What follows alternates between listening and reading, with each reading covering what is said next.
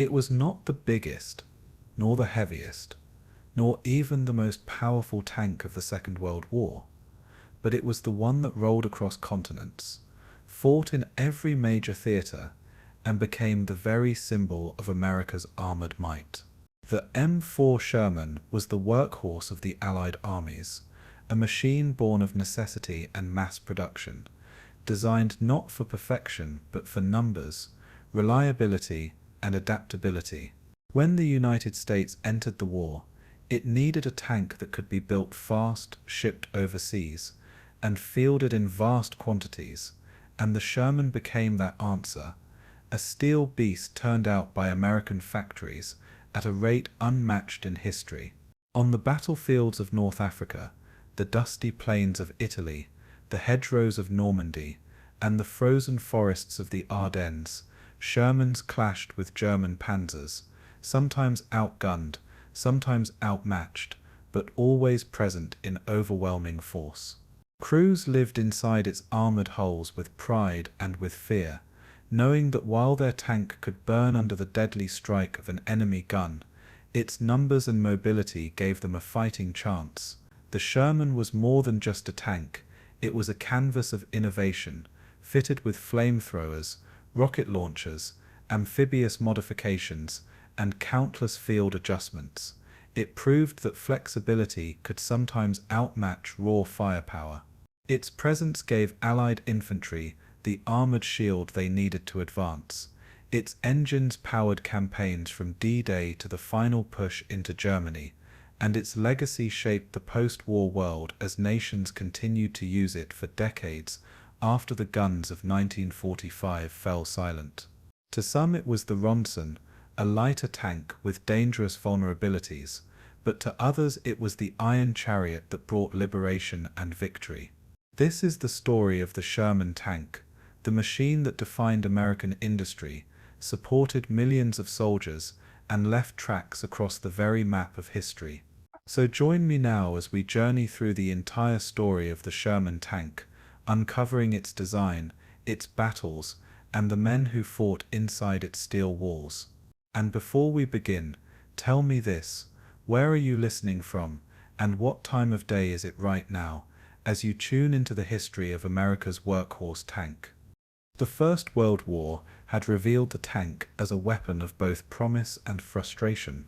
In the muddy trenches of Europe, the lumbering machines had shown their ability to cross wire, smash defenses, and inspire fear, but they also broke down constantly and killed their crews with fumes and heat.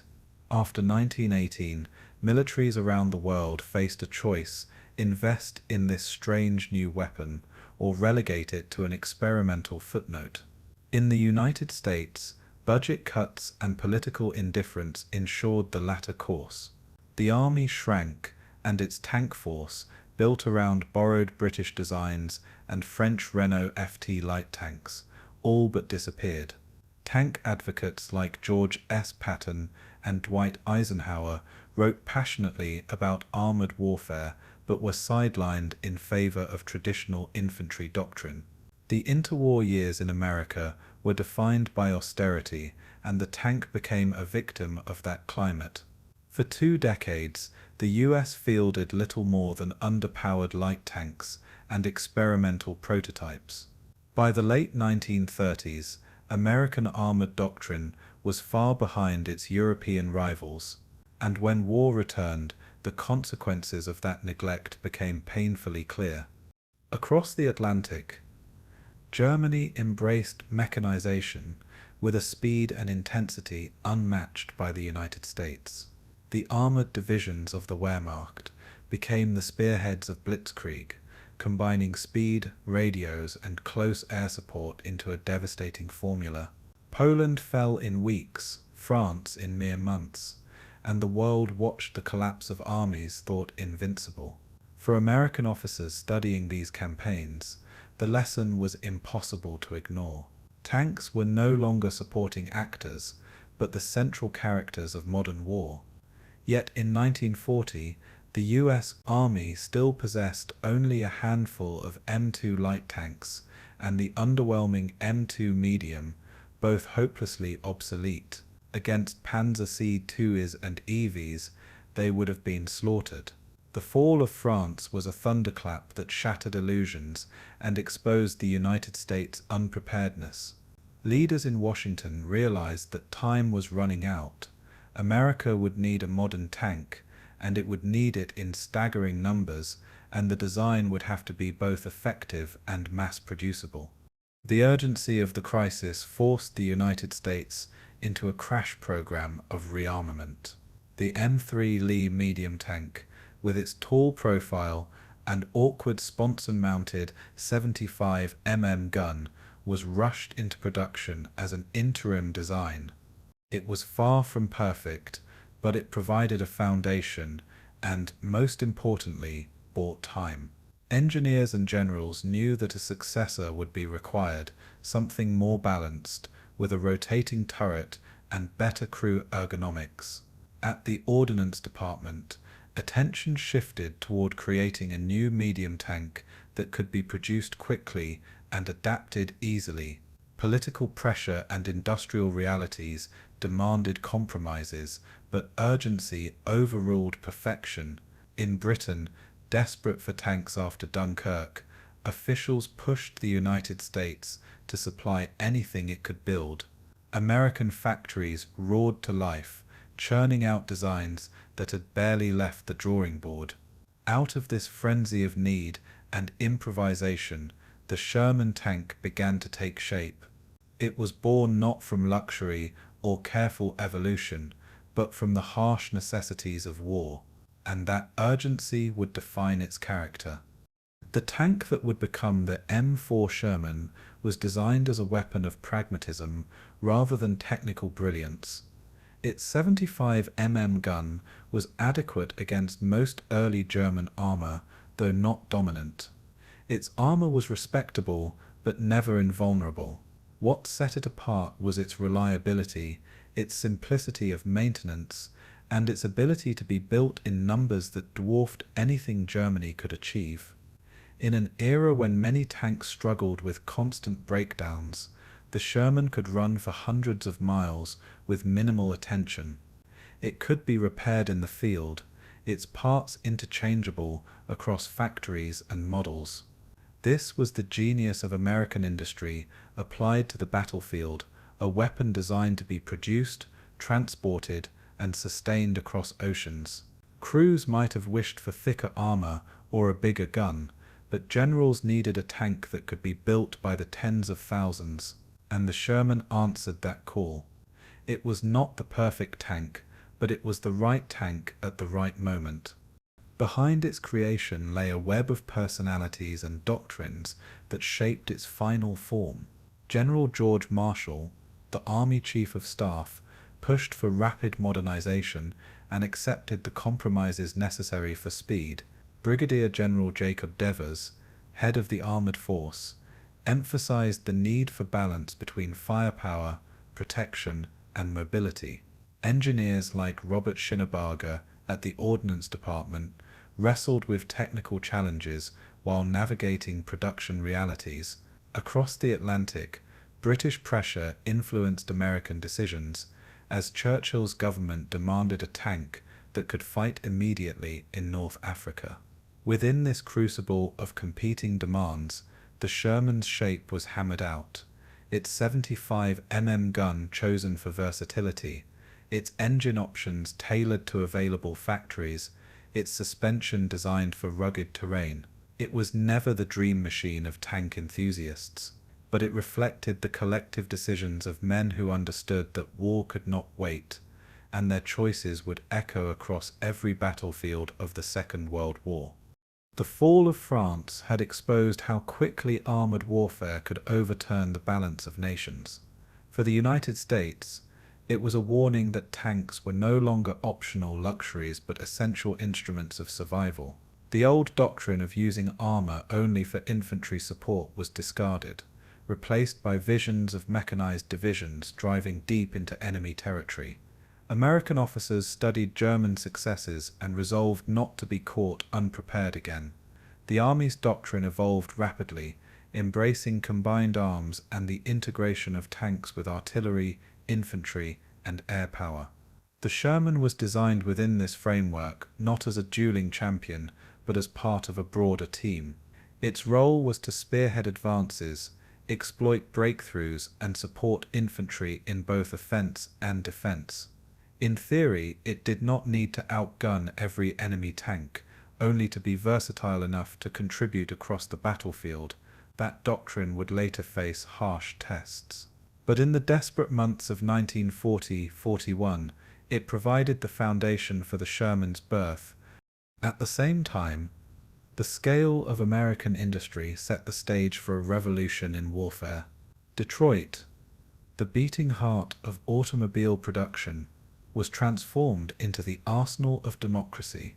Companies like Ford, Chrysler, and General Motors converted assembly lines from cars to tanks almost overnight. Welders, machinists, and factory workers who had once built sedans and trucks now hammered steel plates and riveted turrets. The challenge was immense: to build thousands of tanks with standardized parts, while training an army to use them. Yet the United States had the resources, manpower, and industrial culture to meet that demand. Unlike Germany, which struggled to streamline production, America embraced mass manufacture as a weapon in itself. The Sherman would become the ultimate expression of this philosophy. It was not simply a tank, it was a machine designed for mass war, and its roots lay in the smokestacks of Detroit, as much as in the drawing boards of the Ordnance Department. The urgency of design, the pressure of allies, and the shadow of defeat gave the Sherman its identity. It was a tank born not of luxury or long development, but of emergency and necessity. Its story began in the lessons of the First World War and the failures of the interwar years, carried forward by the shock of France's collapse. It was shaped by men who understood that war demanded speed, adaptability, and above all, numbers. The Sherman would go on to fight from the deserts of Africa to the hedgerows of Normandy, from the jungles of the Pacific to the frozen forests of the Ardennes. But its origins lay in those grim months of 1940, when the world seemed on the brink of collapse and America scrambled to prepare. The birth of the Sherman was the birth of a legend, and it was only the beginning of a journey that would define the battlefields of the Second World War. The M3 Lee had been a stopgap, a tank conceived in haste to fill a void, and everyone knew its flaws. Its sponsor-mounted 75mm gun, fixed low in the hull, forced the entire tank to turn to aim at targets, a clumsy arrangement in fast-moving battles. Its tall silhouette made it an easy mark, and its combination of a hull gun and a smaller turreted weapon created confusion for crews. Yet despite these weaknesses, the M3 served its purpose. It bought time. It introduced American industry to the challenge of mass production, and it proved that the United States could deliver armored vehicles in numbers that mattered. Engineers learned vital lessons about armor layout, crew ergonomics, and weapons integration. Most importantly, the M3 created the foundation for a successor, one with a fully rotating turret carrying the main gun. By late 1940, the Ordnance Department began sketching that next step. It would be the tank that bridged desperation with mastery, and it would become the M4 Sherman. The Sherman's most important design leap was the adoption of a turreted 75mm gun. This weapon gave the crew the ability to engage targets across a full 360-degree arc without moving the entire tank. It was the same M2 and later M3 75mm cannon used on the Lee, capable of firing both armor-piercing shells and high explosives, making it versatile against tanks, infantry, and fortifications alike. The choice reflected doctrine. American tanks were expected to support infantry as much as fight enemy armor. Engineers placed the gun in a three-man turret, a crucial improvement over the cramped two-man designs of earlier tanks. The commander could now focus on observation, the gunner on aiming, and the loader on ammunition, vastly improving combat efficiency. This design philosophy mirrored German practice and demonstrated the army's growing understanding of armored warfare. With this turret, the Sherman achieved balance, not too powerful, not too weak, but flexible enough to serve across theaters, and that balance became its greatest strength. Armor protection was another critical decision, shaped by both battlefield experience and industrial limits. The Sherman carried frontal armor up to 75 mm thick, sloped to increase its effective resistance. Sloping was a lesson drawn from studying both German and Soviet designs, where angled plates deflected rounds more effectively than vertical slabs. At the same time, engineers faced weight constraints. The tank had to be light enough to cross bridges, fit on ships, and maneuver on poor roads. This meant compromises. The Sherman could resist many anti-tank guns of 1941, but by 1943 it was vulnerable to newer German weapons. Still, the design was considered adequate at the time of its birth. Its philosophy was not to create an invincible fortress, but a reliable, mobile, and supportable weapon. In practice, this meant that survivability came from numbers and logistics as much as armor thickness. For the men inside, that trade-off was both a blessing and a curse, and it would shape their battlefield experiences in ways no blueprint could capture. The heart of the Sherman lay in its engine, and here too compromises defined its design. Early production models used the Continental R975 radial engine, a power plant originally developed for aircraft. Compact and powerful, it gave the tank mobility, but required constant maintenance under battlefield conditions. As production expanded, shortages forced designers to incorporate multiple engine types, from Ford's GAA V8 to General Motors' twin diesel setup. This diversity complicated logistics, but it allowed factories across America to contribute to the effort. The Sherman suspension also evolved, beginning with the vertical volute spring system and later improved with the horizontal volute design to handle heavier armor and weapons. These technical adjustments reflected the reality of a war fought on a global scale. Standardization was the ideal, but flexibility kept production moving. The Sherman was not a single tank but a family of vehicles united by a common purpose, and in that adaptability lay its secret weapon. Crew survivability and comfort, often neglected in tank design, became a central concern in the Sherman's evolution. The Ordnance Department insisted on better internal layout, with room for a 5-man crew to operate without constant interference. Ammunition racks were placed low in the hull, with some models later adopting wet storage to reduce the risk of catastrophic fires. Escape hatches were added to increase the chances of survival if the tank was knocked out. The relatively spacious interior compared to German tanks made life slightly less miserable for the men inside. Visibility was another focus. Periscopes and vision slits allowed commanders to scan the battlefield more effectively. These design choices reflected the American emphasis on protecting trained crews as much as possible. While no tank could ever be truly safe, these measures gave Sherman crews a fighting chance. And in the brutal calculus of war, that chance often meant survival. Industrial compromises influenced every stage of the Sherman's design, yet those compromises became part of its genius. Welded and cast hulls were both produced, depending on the capabilities of individual factories. Standardized parts allowed components built in one state to fit tanks assembled in another. Simplicity was valued over sophistication, ensuring that repairs could be done in the field with basic tools. This approach contrasted sharply with German tank production, where complexity and precision often slowed output. The Sherman was never meant to be rare or elite. It was meant to be everywhere. Its design philosophy reflected America's vast resources and industrial culture, turning quantity into a weapon as powerful as quality. Engineers built a tank that could be shipped across oceans, unloaded onto beaches, and driven into combat within hours. It was war by assembly line, and the Sherman was its steel embodiment. The process of designing the M4 was not without controversy.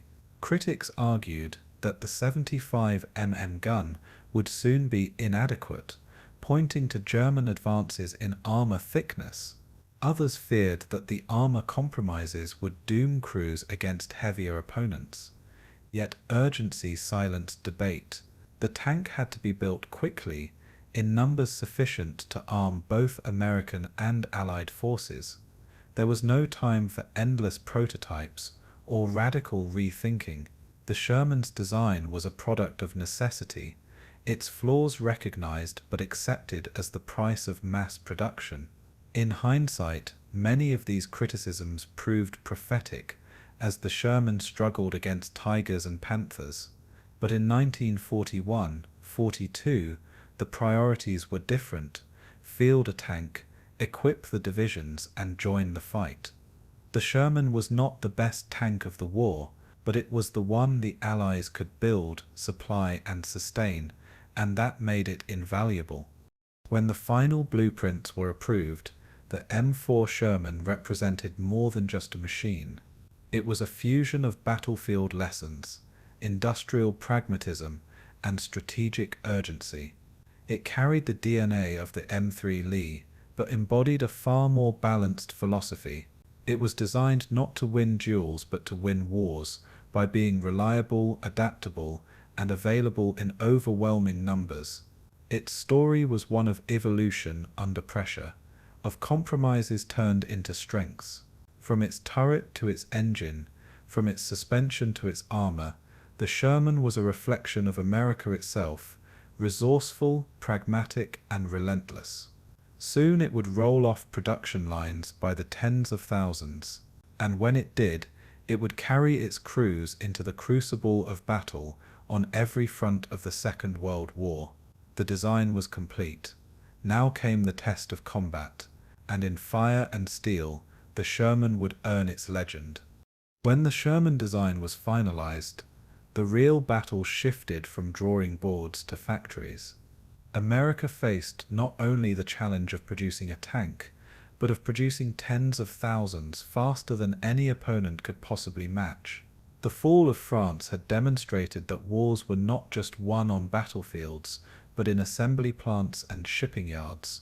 President Franklin Roosevelt's call for the United States to become the arsenal of democracy was not rhetoric but a blueprint for survival. In Detroit, Chicago, Cleveland, and countless smaller cities, automobile plants were stripped of consumer lines and retooled for war. The great car makers, Ford, Chrysler, General Motors, suddenly became architects of steel giants. Assembly lines that once produced sedans now turned out turrets, hulls, and engines. It was a transformation without precedent in industrial history. And at its center stood the Sherman tank, a machine designed for war by the same system that had once given the world mass-produced automobiles. Standardization became the lifeblood of this effort, ensuring that parts built in one factory would fit tanks assembled in another. Unlike German production, where complexity and variation often crippled output, American engineers prioritized interchangeability above all else. This philosophy allowed subcontractors across the country to contribute steel from Pittsburgh, optics from Massachusetts, transmissions from Indiana. A Sherman built in California could be repaired with parts from Michigan, ensuring seamless logistics across the globe. Factories were given blueprints that could be adapted to their particular capabilities, with welded hulls in one region and cast hulls in another, but always conforming to the same specifications. This flexibility made production resilient, resistant to bottlenecks and breakdowns. It also ensured that training mechanics and crews could be standardized, a critical factor when an army expanded by millions in only a few years. What emerged was not just a tank, but a system. And that system gave America an edge its enemies could never match. The sheer scale of Sherman production defied imagination. Between 1942 and 1945, over 49,000 Shermans were built, a number that dwarfed German and even Soviet output of comparable medium tanks. At the peak of production, American factories were turning out hundreds each week, a flood of armor that rolled off assembly lines like automobiles. The Chrysler Tank Arsenal in Warren, Michigan became legendary, a vast facility built specifically to produce Shermans in industrial quantities. Within its walls, thousands of workers labored day and night, welding hulls, fitting turrets, and testing engines in a rhythm as relentless as war itself. Across the country, Ford and General Motors adapted plants to churn out engines and transmissions in staggering numbers. Railroads carried completed hulls to ports, where cranes loaded them onto Liberty ships bound for Europe, Africa, and the Pacific. It was industry as strategy, production as firepower, and it overwhelmed any attempt by Germany or Japan to keep pace. Behind the steel and machinery were the men and women who gave life to the arsenal of democracy. Millions of workers, many of them women entering factories for the first time, became part of the war effort with wrenches, welders, and assembly tools. Rosie the Riveter was not just a propaganda symbol, but a reality seen on factory floors, where women welded tank hulls and bolted together tracks. African Americans, long excluded from industrial jobs, were hired in greater numbers, though often segregated and relegated to lower-paying roles. Immigrants, farmers' sons, and machinists from every state converged in the factories, their hands forging the weapons that would define battlefields. They worked long shifts under deafening noise, the air thick with the sparks of welding torches and the smell of oil. The sense of purpose was overwhelming. Each tank produced meant lives saved and battles won. To many, the Sherman was not just a machine, but a symbol of contribution, and they built it with the urgency of a nation at war. The logistics of moving thousands of tanks from factory floor to battlefield was a challenge almost as great as their production. Shermans had to be shipped across oceans, often in pieces to be reassembled in theatre. In Britain, assembly depots sprang up where American-built tanks arrived in crates, were bolted together, tested, and rushed to units preparing for combat. In the Pacific, Shermans were loaded onto specialized landing ships, carried to islands, and offloaded under fire. The tank's standardized design made these processes possible, ensuring minimal complications when parts were swapped or repairs required. Rail networks inside the United States became arteries of steel, carrying tank loads east and west without pause. Dockyards operated day and night, cranes swinging hulls into the bellies of freighters with mechanical efficiency. The scale of movement matched the scale of production, a seamless system that spanned continents. It was industrial warfare at its purest, and the Sherman was its centerpiece. Production was not without problems, and compromises were constant. Early Shermans rolled off the line with mechanical teething issues, from transmission failures to engine overheating. Engineers worked alongside soldiers to improve designs, feeding battlefield reports back to Detroit. Some factories struggled with quality control, their welds cracking under the stress of battle. Others experimented with alternative designs, such as diesel engines or wider tracks for mud and snow. Yet the system proved resilient. Flaws were identified, corrected, and new models introduced with remarkable speed. By 1943, the Sherman had evolved into a mature, battle-ready design, capable of fighting in multiple environments. The industrial system that produced it was flexible enough to respond to demand, shifting from one variant to another without crippling production rates. Mistakes were made, but they were corrected in months, not years, and that responsiveness gave Allied armies a weapon that improved as the war intensified. Germany, by contrast, struggled to produce tanks in numbers sufficient to match the Sherman flood. The Tiger and Panther, formidable machines on paper, consumed vast resources and labor hours, limiting their output to thousands rather than tens of thousands. German industry, plagued by Allied bombing and a philosophy of technical perfection, could not compete with the American system of mass manufacture. For every Panther that rolled out of a factory, several Shermans took its place across the ocean. Quantity, reinforced by reliability, outweighed the qualitative edge of heavier armor. On the battlefield, this imbalance became decisive, as Allied units could absorb losses and keep fighting while German formations dwindled.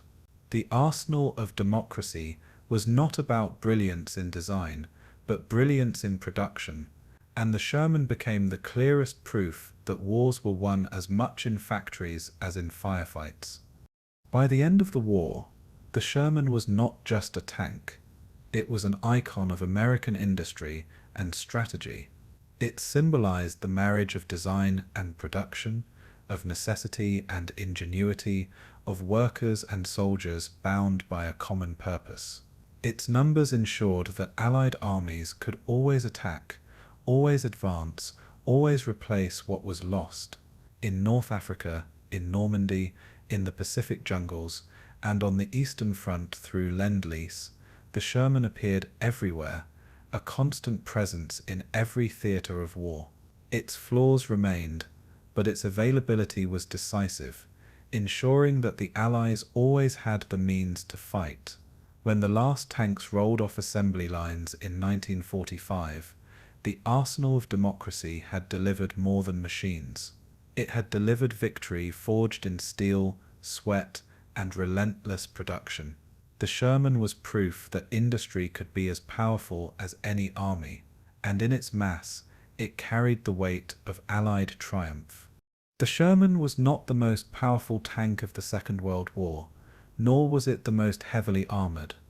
What set it apart was its careful balance, a design that valued reliability and adaptability over brute strength. Its armor was thick enough to resist the weapons of early war German tanks, yet light enough to allow mobility across bridges, roads, and makeshift battlefields. On the frontal glacis, early models carried 51 mm of armor, later increased to 75 mm, angled to improve its effective thickness. The sloping plate was a deliberate design choice, reflecting lessons learned from observing Soviet tanks like the T-34. Side and rear armor were thinner, a vulnerability that crews knew all too well when ambushed by German anti-tank guns. Compared to the formidable Tiger, its protection seemed modest, but against Panzer IIs and IVs it was respectable. Armor alone would not define the Sherman, but how it was used in battle, and that interplay between design and doctrine became its hallmark.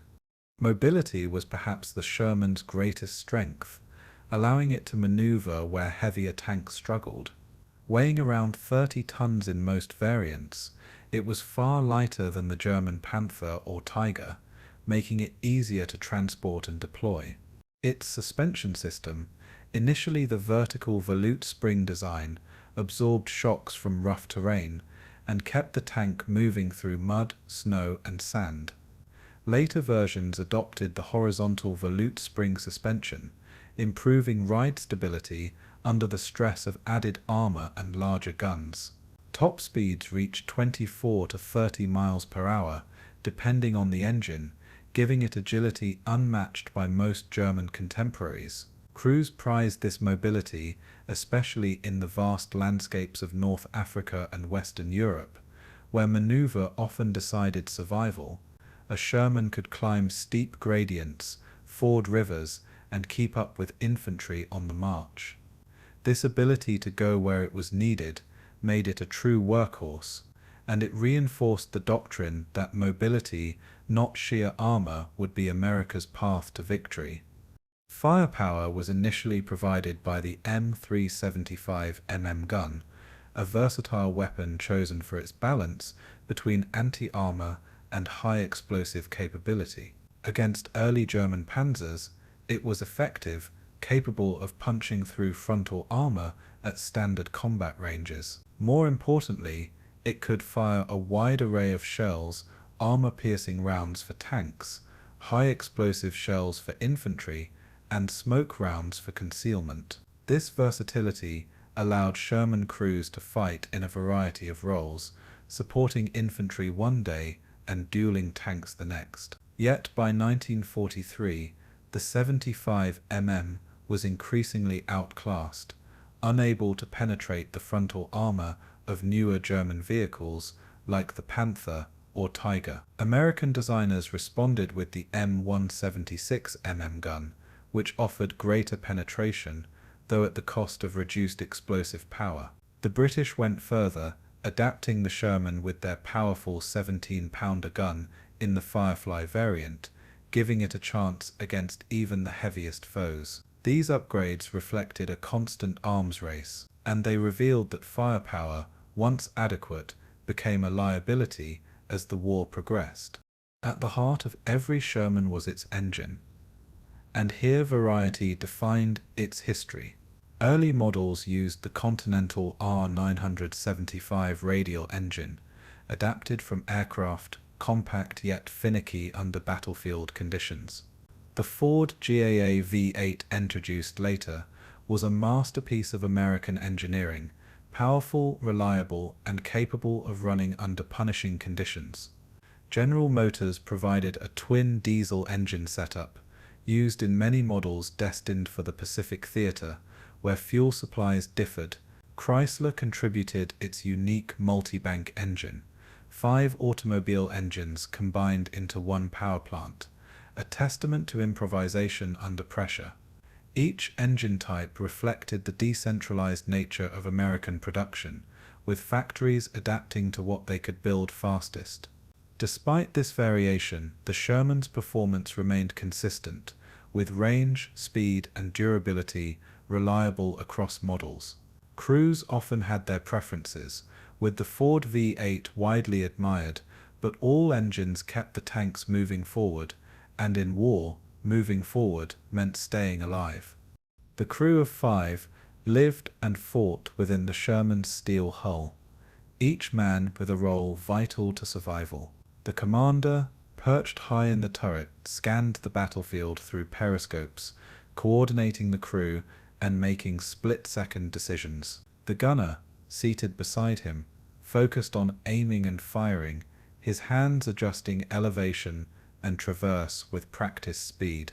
The loader kept the 75 mm or 76 mm gun fed, wrestling heavy shells from racks and slamming them into the breech. Below them, the driver steered the tank with levers and pedals, while the bow gunner manned the whole machine gun and operated the radio. Space was cramped, but compared to German tanks, the Sherman offered more room and better ergonomics. The addition of escape hatches, improved periscopes, and wet ammunition storage reflected lessons learned in blood.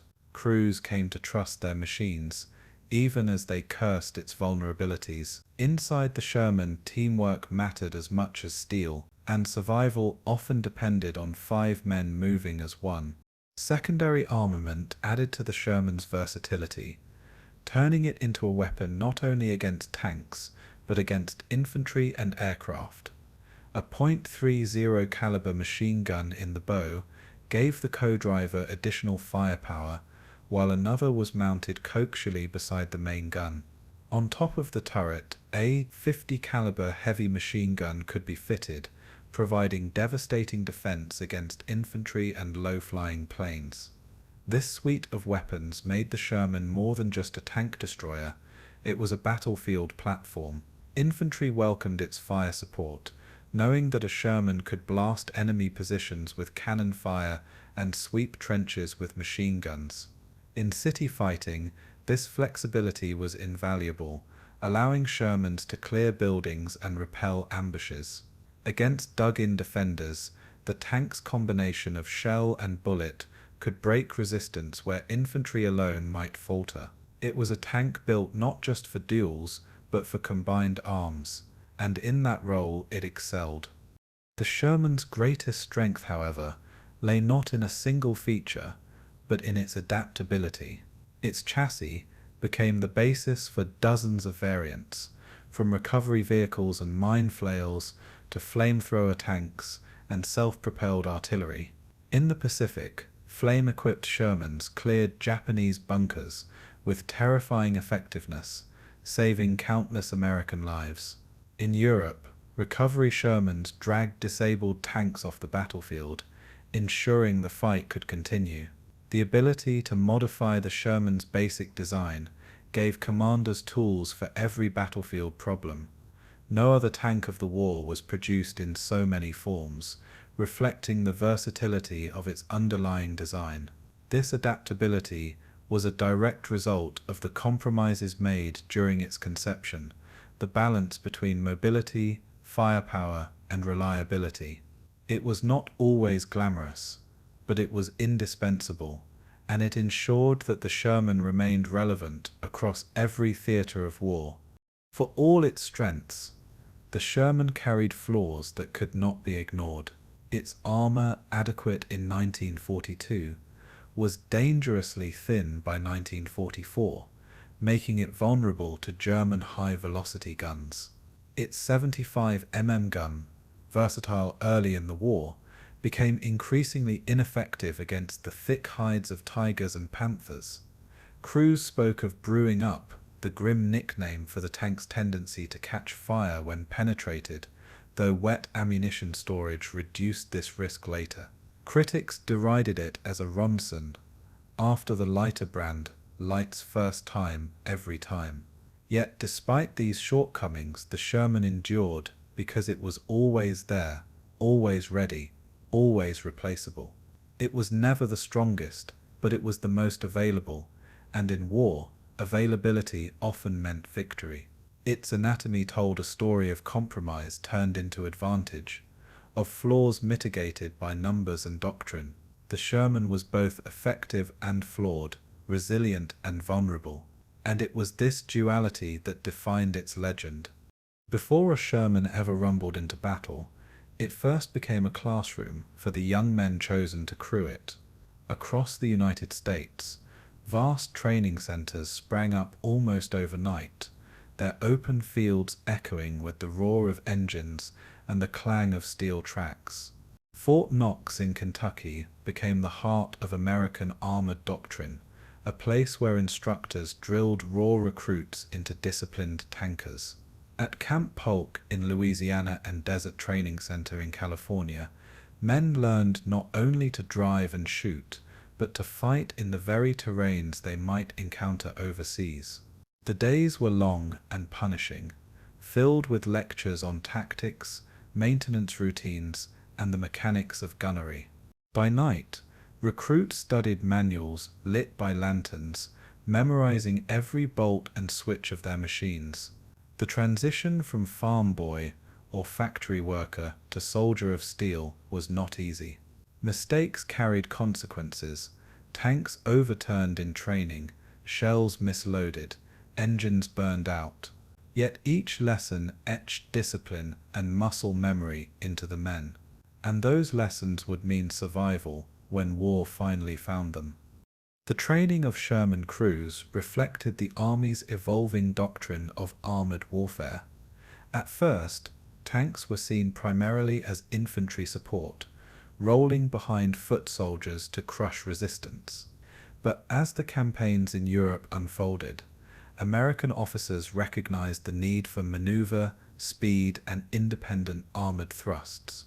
Training shifted accordingly, with crews taught to operate as part of larger armored divisions rather than isolated machines. They drilled in coordination with artillery, aircraft, and infantry, learning the importance of combined arms. Tank destroyer doctrine, which separated anti-armor duties from regular tanks, further complicated their education. Young men had to understand not only how to operate their machines, but how to fit them into the vast puzzle of modern mechanized warfare. Their manuals emphasized flexibility, support infantry one day, lead an armored spearhead the next. Instructors drove home that tanks were not invincible fortresses, but tools whose effectiveness depended on teamwork. The Sherman was a weapon of coordination as much as steel, and its crews trained to fight not alone, but as part of a greater machine. Driving the Sherman was often the first challenge, especially for men who had never handled more than a tractor or truck. The driver sat before two control levers, steering not with a wheel but by braking one track while powering the other. Instructors demanded smooth control, reminding trainees that jerky movements could throw the crew off balance or expose the tank to enemy fire. On obstacle courses carved from fields and deserts, drivers learned to climb hills, ford streams, and power through mud. They were taught to judge terrain by instinct, sensing when soil would hold the Sherman's weight and when it would swallow it whole. The co-driver seated beside him doubled as machine gunner and radio operator, adding yet another layer of skill to master. Hours of repetition forged muscle memory until shifting gears, braking tracks, and coordinating with the crew became second nature. Accidents were frequent, with tanks overturning on slopes or colliding on crowded fields, but every error was a lesson that could not be repeated in combat. The driver's role was thankless yet vital, and his training was the foundation on which the crew's survival rested. Gunnery training was the most dramatic, transforming young recruits into precision marksmen within the confines of a steel turret. The gunner learned to balance speed and accuracy, firing on moving targets while the tank lurched across rough ground. The loader worked beside him, muscles straining to keep pace as shells clattered into the breach, each weighing dozens of pounds. Coordination was everything. A misstep by one man meant a missed shot or a jammed gun. Instructors drilled the mantra of find, load, fire, repeat until it became instinct. Live-fire exercises were staged against derelict vehicles or wooden mock-ups, the thunder of cannon fire shaking the ground. Commanders perched in cupolas, scanning for targets and barking orders while teaching their men to maintain situational awareness. Accuracy was not enough. Crews had to learn to shoot quickly, because in real combat, the first round often decided who lived. Training emphasized the art of gunnery under stress, with targets appearing suddenly, sometimes at close range. The Sherman's 75mm gun was reliable, but only if the men inside it were flawless, and that flawlessness required endless practice. Inside the training grounds, the emphasis was always on teamwork, for a tank was useless without coordination. The 5 men inside a Sherman lived in a space no larger than a small room, forced to move in harmony under constant stress. Instructors taught them to speak in clipped, precise commands, each word carrying life or death meaning. A commander might spot a target, call for a traverse, and within seconds the gunner would fire, trusting the loader's timing without hesitation. These drills were rehearsed endlessly, often with instructors shouting under the din of engines and machine guns to simulate battlefield chaos. Miscommunication was punished harshly because in combat it meant disaster. Beyond the turret, tank units drilled as platoons, practicing maneuvers in formation, signaling to each other with flags, radios, and sometimes hand gestures. The sense of brotherhood was forged as much in sweat as in steel. Each man came to know his crewmate's habits, strengths, and weaknesses intimately. Trust became their greatest weapon, and training made that trust unbreakable. The psychological conditioning of tankers was as vital as their technical skills. Instructors reminded them daily that tanks were not invulnerable, and that fear could cripple even the strongest crew. Exercises simulated bombardments, with depth charges and explosives detonated nearby to mimic enemy fire. Recruits were forced to endure hours inside stifling holes, engines roaring, temperatures soaring, and fumes choking the air. The goal was to harden them for the claustrophobia and terror that combat would bring. Some men cracked under the pressure, unable to tolerate the confinement, while others adapted, learning to suppress their fear with discipline. The army studied the psychological toll closely, understanding that a steady mind could be the difference between victory and chaos. Tank schools became crucibles not just of skill, but of willpower, and the men who graduated knew that their real test would come not in drills, but in the crucible of battle. As the war expanded, training programs evolved to reflect battlefield realities. After encounters with German armor in North Africa, gunnery courses emphasized target recognition and the weaknesses of Panthers and Tigers. After campaigns in Italy, instructors taught urban tactics, how to angle a Sherman through rubble-strewn streets and coordinate with infantry clearing buildings. In the Pacific, new courses emphasized flamethrower tanks and jungle maneuver, preparing crews for close-quarters combat against hidden bunkers. Training manuals were updated constantly, reflecting reports from the front that were studied, distilled, and taught to the next wave of recruits. The army learned as it fought, and its schools became living laboratories of armored warfare. No man left training unchanged, for each had been shaped by the lessons of those who came before, and those lessons often meant the difference between life and death. By the time a Sherman crew graduated from training, they were more than soldiers.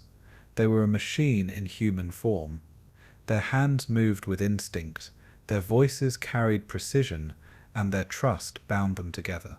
They knew the vulnerabilities of their tank, but also its strengths, and they were prepared to exploit them. They left American soil with a sense of readiness, though none could fully imagine the horrors that awaited overseas. Their training had forged them into professionals, but war would test every skill, every lesson, every ounce of courage. The Sherman was their weapon, their shelter, and their world. And together, crew and machine were now ready to be hurled into the fire of battle. Training was over.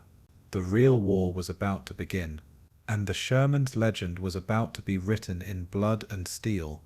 The Sherman's first true combat trial came not with American crews, but with Britain's 8th Army in the deserts of North Africa.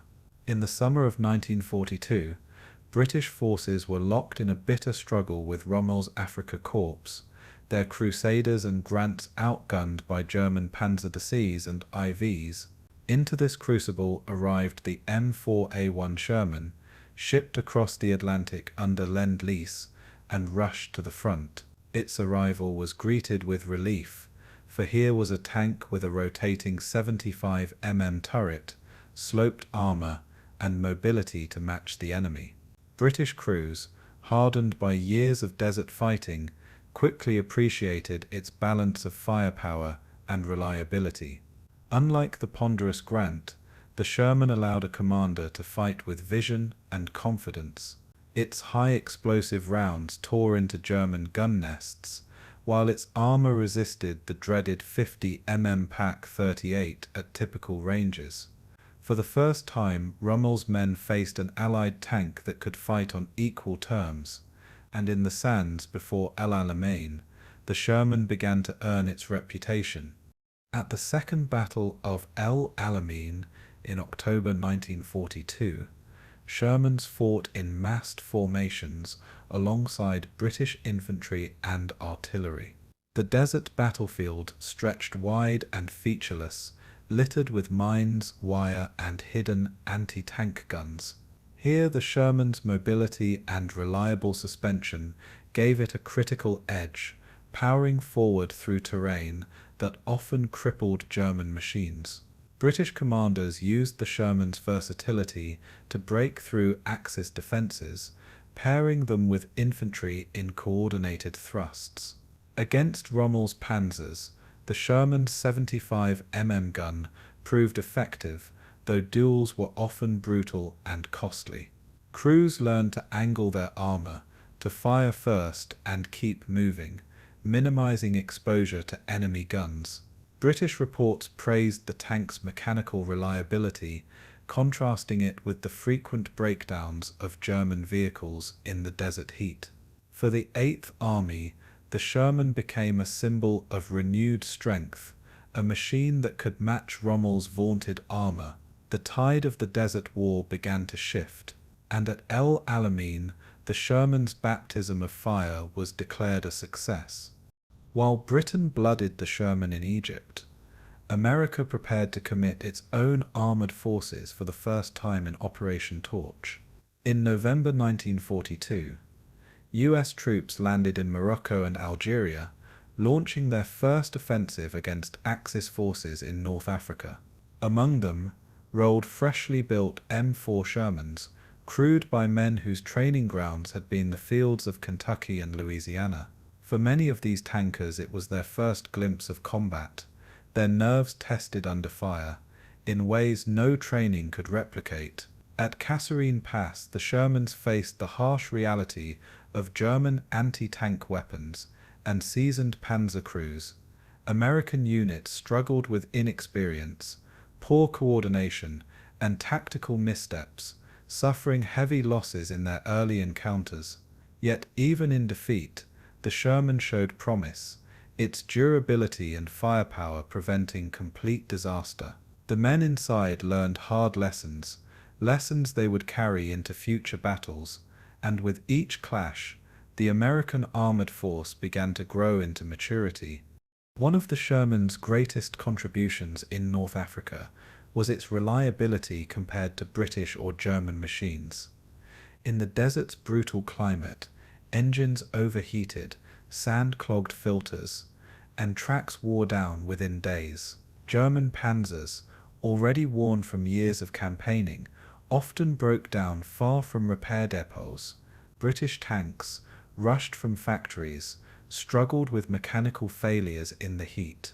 The Sherman, by contrast, proved remarkably resilient, starting up day after day and rolling across endless dunes with minimal maintenance. Crews came to trust its ability to keep moving, even under the harshest conditions. Supply officers praised its standardized parts, which allowed repairs in field workshops with astonishing speed. Mechanics could swap engines or transmissions within hours, keeping units combat-ready in a theatre where logistics decided battles. This mechanical reliability was as vital as armour or firepower, for in desert war, a tank that could move was a tank that could fight, and the Sherman almost always moved. As the campaign wore on, Sherman crews grew more confident, mastering both their machines and the tactics to employ them.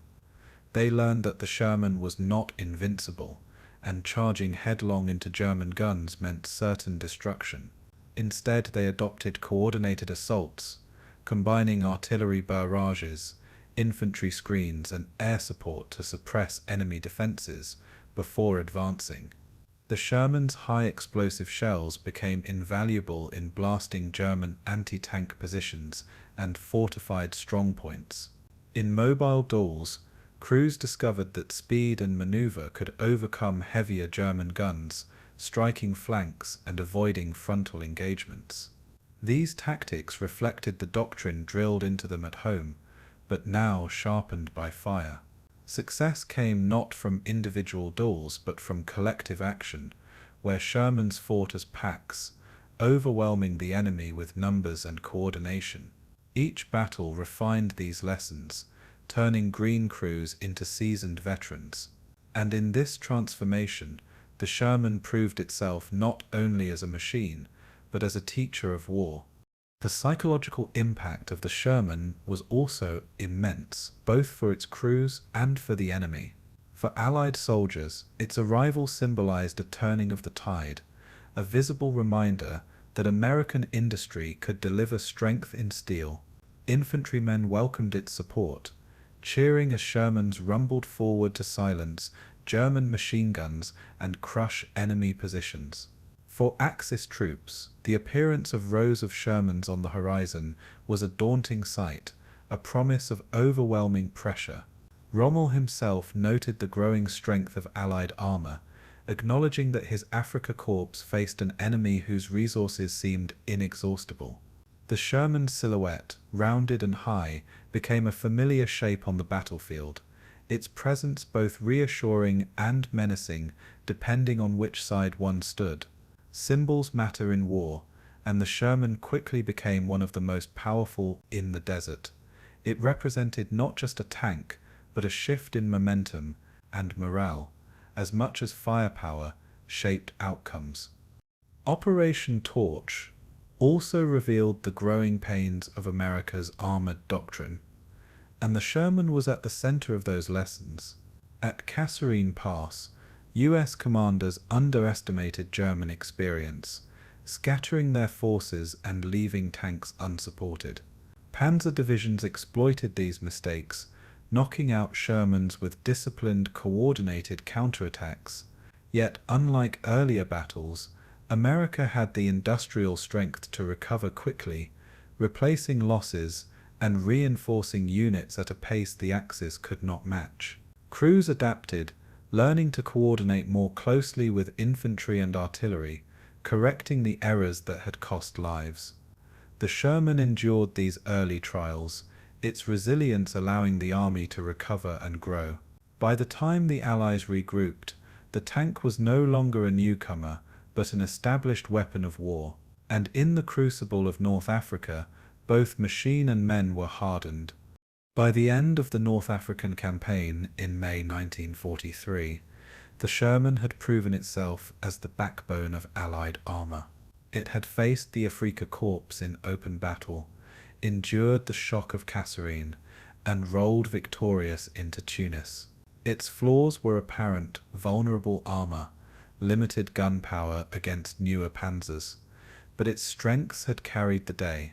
Reliability, versatility, and sheer numbers made it indispensable, while its crews gained the experience needed for future campaigns. The desert had been its proving ground, a place where dust, heat, and fire tested both steel and men. From El Alamein with the British to Tunisia with the Americans, the Sherman had shown that it could fight and endure. The baptism of fire was complete. And from the deserts of North Africa, the Sherman would march on to new frontiers, ready to face even greater challenges in Sicily, Italy, and beyond. When the Sherman first met Rommel's panzers, it faced an enemy honed by years of desert warfare. The Afrika Korps had mastered the art of mobile battle, combining tanks, artillery, and air power in seamless operations. German Panzer II's and upgraded Panzer IV's, though fewer in number, were crewed by veterans who had cut their teeth in Poland, France, and Russia. Rommel himself, the famed Desert Fox, understood how to lure opponents into traps, using feints, ambushes, and swift counterattacks. Against such opponents, the Sherman would be tested in ways its designers could not fully anticipate. Early clashes revealed its strengths: reliable mobility, a versatile gun, and the ability to withstand punishment from lighter German weapons. But they also exposed weaknesses: thin-side armor, a tall profile, and vulnerability to the deadly German 75 mm long-barreled guns. For the young American crews, reality replaced training as tanks brewed up under the scorching sun. The Desert Fox had met the Sherman, and both sides studied each other with ruthless precision. The battles around Kasserine Pass, in February 1943 brought these lessons into sharp relief. American armored units, still inexperienced, advanced in scattered groups, failing to coordinate with infantry and artillery. Rommel seized the opportunity, concentrating his forces and smashing into the American lines with devastating effect. Shermans fought bravely, but were often isolated, their flanks exposed to German anti-tank guns and counterattacks. German crews exploited the Sherman's tall silhouette, targeting its weaker sides and rear with practiced accuracy. At close range, the Panzer IV's long 75 mm gun penetrated easily, and the desert soon filled with burning wrecks. Yet, even in defeat, Shermans showed resilience, many continuing to fight despite multiple hits. Crews adapted quickly, learning to angle their armor, to keep moving, and to fight in groups rather than alone. The losses at Kasserine were painful, but they forced a transformation in tactics. And in the crucible of failure, American armored doctrine began to evolve. Rommel himself respected the Sherman, recognizing it as a serious threat if used properly.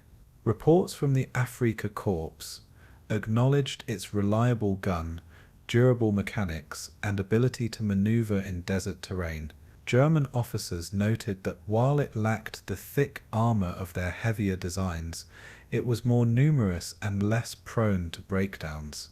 This reliability meant that the Allies could field Shermans consistently, while German units often lost tanks to mechanical failure before ever reaching the front. Rommel adjusted his tactics accordingly, emphasizing ambushes with anti-tank guns and using minefields to disrupt Allied advances. He understood that a frontal clash against superior numbers of Shermans was unsustainable, so he turned the desert into a killing ground of traps and surprises. Yet the Sherman's crews adapted in turn, learning to coordinate with artillery to suppress enemy guns and engineers to clear mines. The duel between tank and tactician became a war of learning, and in that war, the Sherman slowly gained the edge. Adaptations came swiftly as reports flowed back to Washington and London. Crews demanded thicker armor, better ammunition, and improved communication equipment. Field modifications appeared first, with sandbags, track links, and spare armor plates welded onto hulls for extra protection. Ammunition storage was rethought, with rounds moved lower in the hull to reduce the risk of catastrophic fires when penetrated. Radios, often unreliable or absent in earlier tanks, became standard, giving commanders the ability to coordinate across units in real time. Training was revised, emphasizing discipline under fire and the importance of supporting arms. The army studied German tactics and began to adopt combined arms doctrine more rigorously, ensuring that tanks no longer advanced without infantry and artillery support. Each adaptation came at a cost in lives, but each one saved others in battles yet to come. The Sherman was not static. It was evolving under fire, and the lessons learned against Rommel shaped its future. The human stories behind these adaptations revealed both courage and resilience. Crews recounted the terror of hearing German shells ricochet off their hulls or punch through with a shattering blast. Survivors of knocked-out tanks spoke of scrambling through smoke-filled interiors, dragging wounded comrades through narrow hatches. Others described the relief of a Sherman that kept moving after multiple hits, delivering them from death against impossible odds. Veterans recalled painting names, slogans, and even crude armor enhancements onto their tanks, personalizing machines that had become both home and coffin. Each crewman knew the risks, but their bond with their tank and with each other was unbreakable. For them, the Sherman was more than steel. It was a lifeline in a hostile desert. These men learned to trust its engine, its tracks, and its gun as much as they trusted the man beside them. Against the desert fox, it was not just a battle of machines, it was a battle of wills. and the Sherman's crews proved they would not break. The environment itself became a teacher as much as the enemy. Sand-clogged filters, dust-blinded periscopes, and the heat inside the tank soared to unbearable levels. Crews endured temperatures well above 120 degrees, sweating through uniforms soaked in oil and grime. The desert was merciless, stripping away illusions of invulnerability and exposing the smallest flaws in both man and machine. Yet it also forged resilience, teaching tankers to maintain their machines meticulously, to conserve water, and to fight with endurance. German crews faced the same conditions, but their more complex machines often faltered under the strain. The Sherman, built for reliability, thrived in this punishing environment. Its ability to start each morning and keep rolling gave Allied units a consistency the Axis could not match. In the desert, survival depended on endurance, and the Sherman, like its crews, learned to endure. From El Alamein to Tunisia, the Sherman's reputation grew as much from adaptation as from victory. British and American commanders alike recognized that the tank's greatest strength was its ability to evolve with each battle. Against Rommel's cunning tactics, they learned the value of mass, concentration, and coordination. Against his anti-tank screens, they relied on artillery and air power to clear paths for their armor. Every defeat brought analysis, and every analysis brought change. By 1943, the Allies were no longer the novices of Kasserine, but hardened opponents who had absorbed the lessons of the desert. The Sherman, too, had absorbed those lessons, its crews modifying, adapting, and improving their tactics daily. The Desert Fox had given them a harsh education, and in surviving it, they prepared themselves for the far greater challenges that awaited in Europe.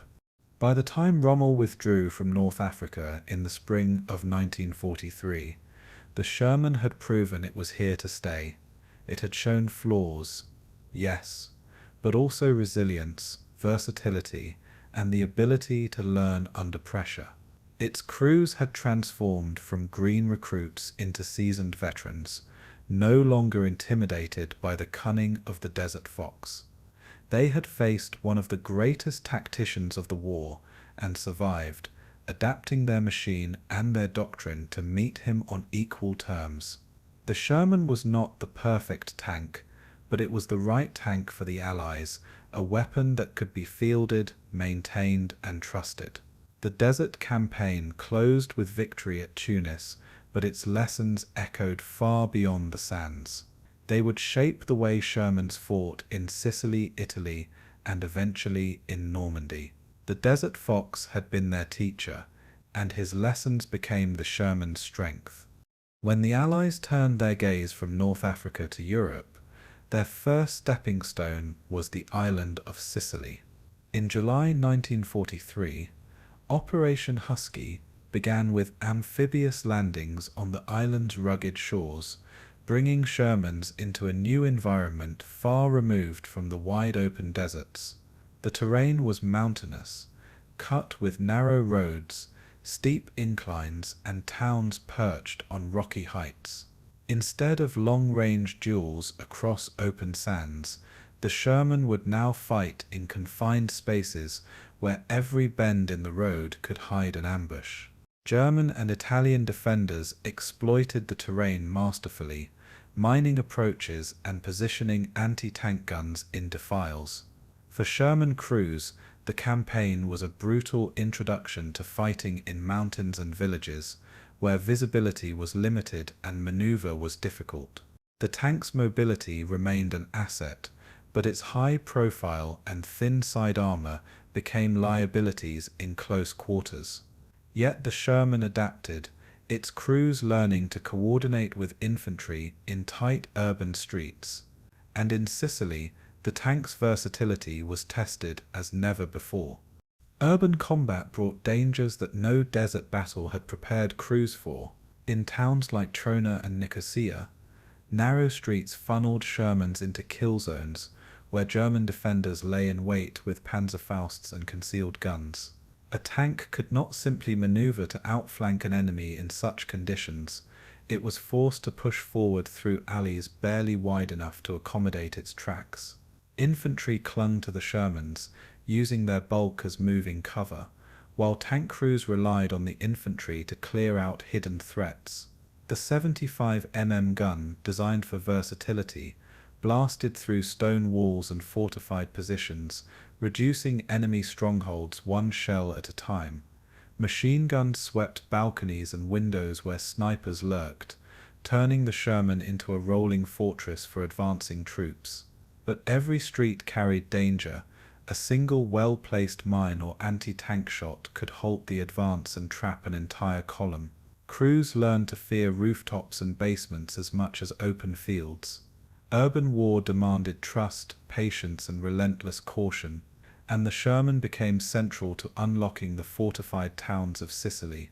The mountainous terrain was no less formidable, presenting challenges to both machine and man. Roads wound along steep ridges, often little more than dirt tracks carved into the earth, and Sherman strained to climb them under full load. Drivers mastered the art of coaxing the tank up inclines, carefully balancing throttle and clutch to prevent stalling. Engineers reinforced bridges, widened paths, and carved new routes to keep the tanks moving. But German defenders took advantage of the high ground, raining down artillery and anti-tank fire from concealed positions. Crews discovered that fighting uphill was a deadly proposition, as their thin underbellies were exposed to plunging fire. Yet the Sherman's reliable engine and suspension allowed it to reach places few thought possible. In battles around Mount Etna, tanks clawed their way up slopes to bring firepower to infantry pinned by stubborn resistance. These feats of mobility impressed even skeptics, proving the Sherman could fight in conditions far harsher than its designers had ever envisioned. In Italy's mountains, the tank was as much a beast of burden as a weapon. As the campaign moved to the Italian mainland, the Sherman faced even greater challenges. Operation Avalanche, the landing at Salerno in September 1943, saw the Shermans roll off landing craft into a maelstrom of German fire. The beachhead was contested fiercely, with Panzer IVs and dug-in guns hammering the incoming waves of Allied armor. Shermans fought desperately to expand the lodgment, sometimes dueling German tanks at ranges measured in mere yards. The fighting revealed again the limits of the 75 mm gun against newer German armor, yet it also demonstrated the value of coordination. Naval gunfire supported tank advances, while Allied aircraft swooped overhead to strafe enemy positions. Once ashore, the Shermans pushed inland into Italy's rugged countryside, where every river crossing and hilltop became a battlefield. Mud, rain, and rough ground slowed the advance to a crawl, forcing crews to adapt to conditions worse than the desert heat. Yet the Sherman's reliability carried it forward where many other machines would have faltered, and at Salerno its presence proved decisive in holding the beachhead against German counterattacks.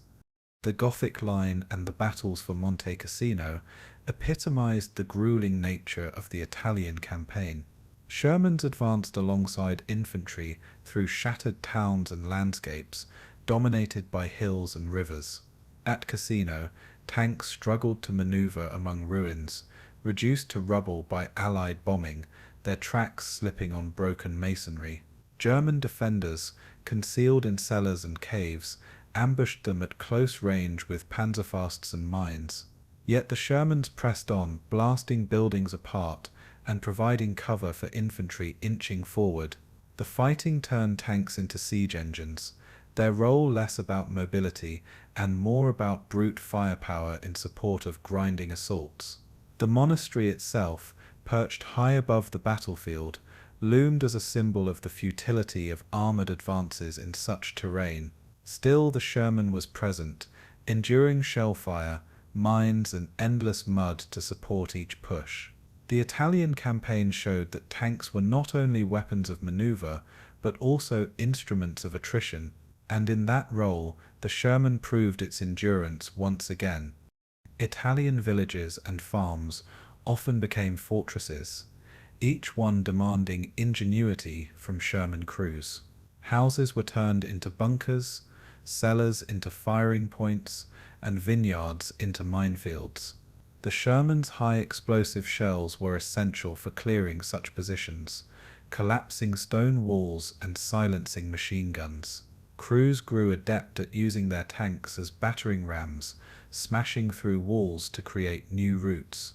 Infantry relied on Shermans for both cover and firepower, and the bond between foot soldier and tank grew closer with each battle.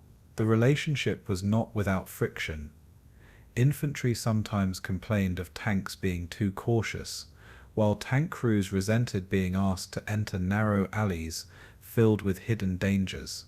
Yet both sides knew they needed each other, and their cooperation became the foundation of progress. In Italy's brutal landscapes, no weapon could operate alone. The Sherman's versatility allowed it to fill many roles, but only in partnership did it achieve success, and that partnership became a hallmark of the campaign. The German opposition in Italy was fierce, with veterans of the Eastern Front and elite divisions like the Hermann Göring Panzer Division. They knew the terrain intimately and used it to maximize their advantages, hiding anti-tank guns in vineyards, orchards, and churchyards. The Sherman's armor was repeatedly tested by the deadly 75 mm Park 40 and the fearsome 88 mm gun, weapons that could destroy it from long range. Crews responded by using smoke, artillery, and infantry to mask their movements, reducing exposure to these lethal threats. When German tanks did appear, the Sherman's mobility and numbers became critical, outflanking and overwhelming opponents even when individually outgunned. Each engagement was costly, but each one demonstrated the Allies' growing ability to fight the Wehrmacht on equal terms. The campaign was a war of inches, of towns taken and lost, of rivers crossed at heavy cost, and through it all, the Sherman became a constant companion of the Allied soldier. In Italy, it was less a hero than a workhorse, but that workhorse pulled the Allies slowly northward. By the time the Allies reached Rome in June 1944, the Sherman had proven it could adapt to almost any battlefield. It had fought in deserts, in mountains, in ruined cities, and on storm-lashed beaches. Its flaws remained, but its crews had learned to compensate with tactics, coordination, and sheer resilience. The Italian campaign was not glamorous, often overshadowed by the looming invasion of Normandy, but it was one of the toughest proving grounds of the war. Here the Sherman had shown that it could fight uphill, street by street, in some of the most unfavorable conditions possible.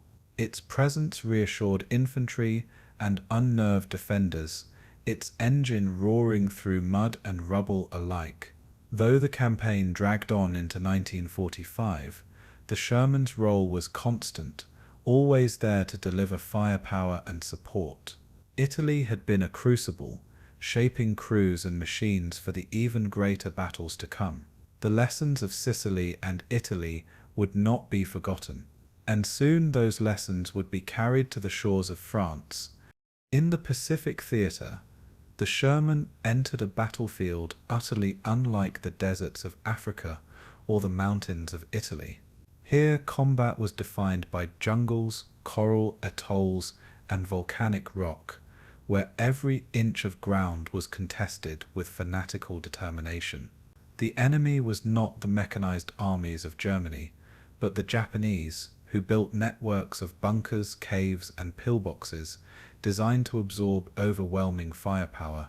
Against such defenses, the Sherman proved invaluable, bringing mobile artillery to islands where heavy guns were scarce.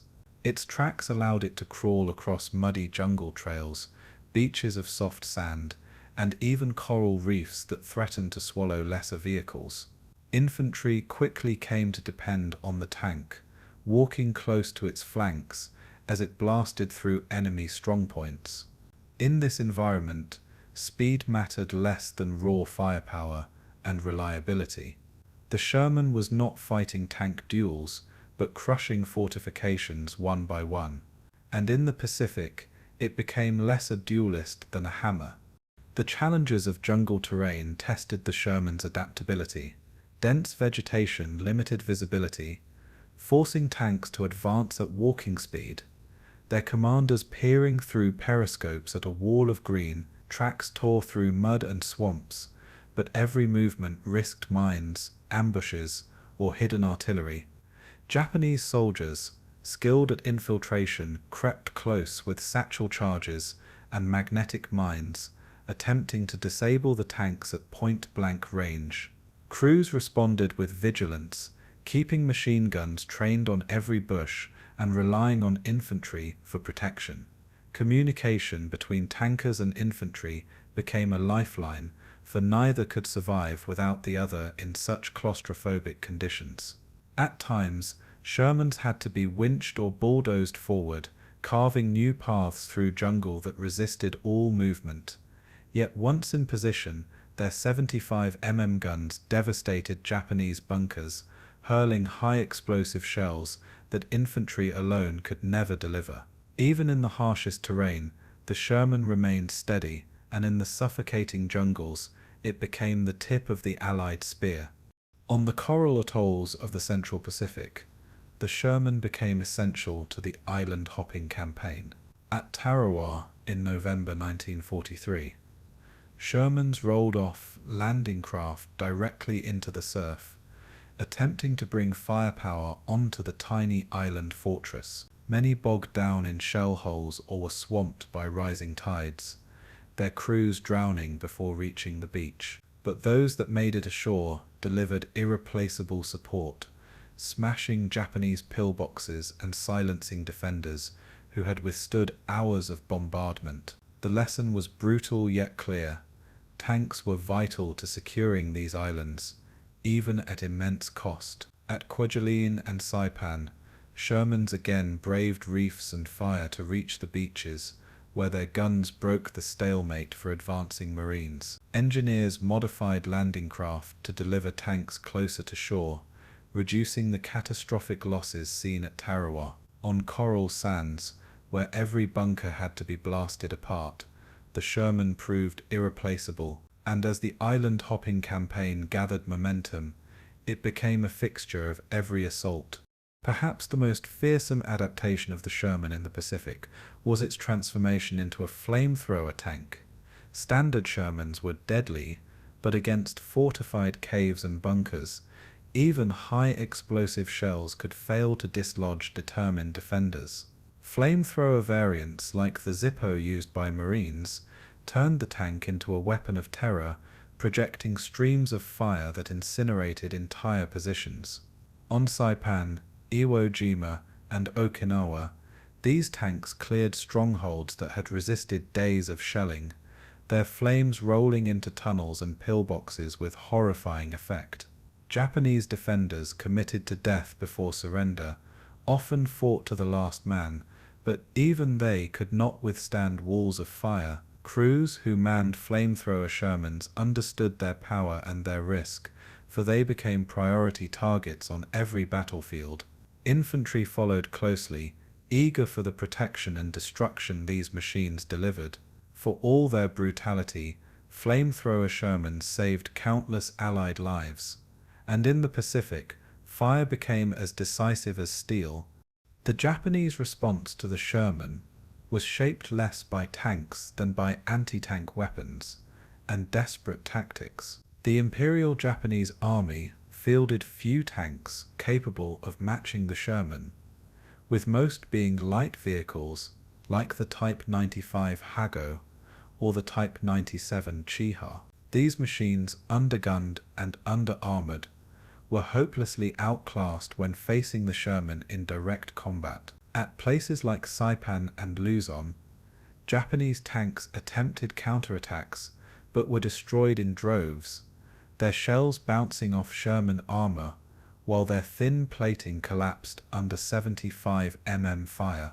Instead, Japanese soldiers turned to mines, suicide charges, and hidden guns. Shermans were often swarmed by infantry carrying explosives strapped to poles, a terrifying sight for crews who knew even a single charge could immobilize their tank. The Pacific revealed the Shermans' vulnerability not to other tanks, but to fanaticism. Yet despite these dangers, it kept moving forward, grinding through defenses that consumed lives by the thousands. Against a foe that would not yield, persistence became the Sherman's greatest weapon.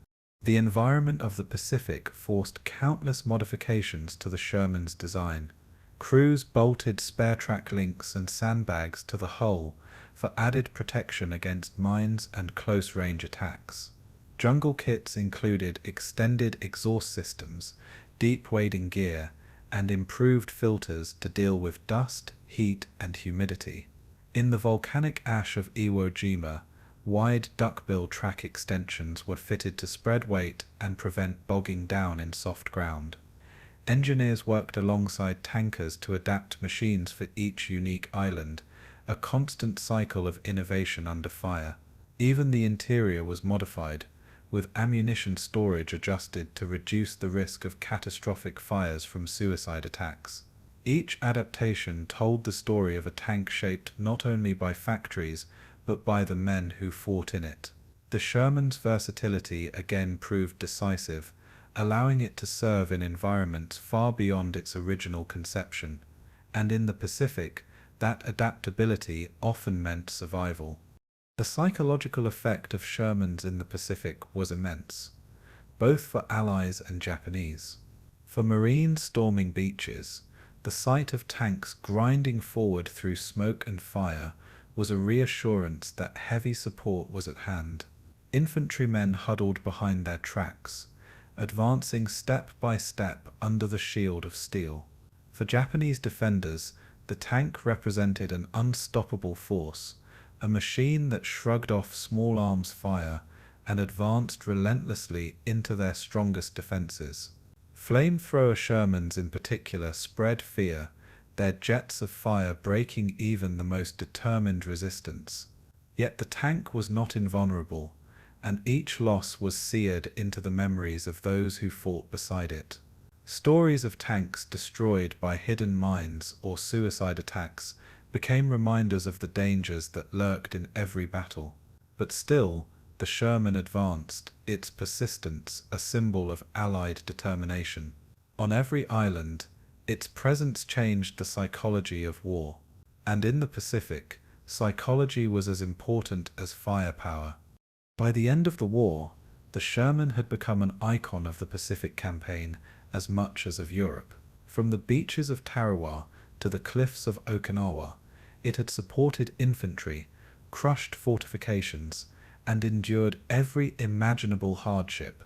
Its adaptability allowed it to serve as a gun tank, a flamethrower, an engineering vehicle, and even as an amphibious variant.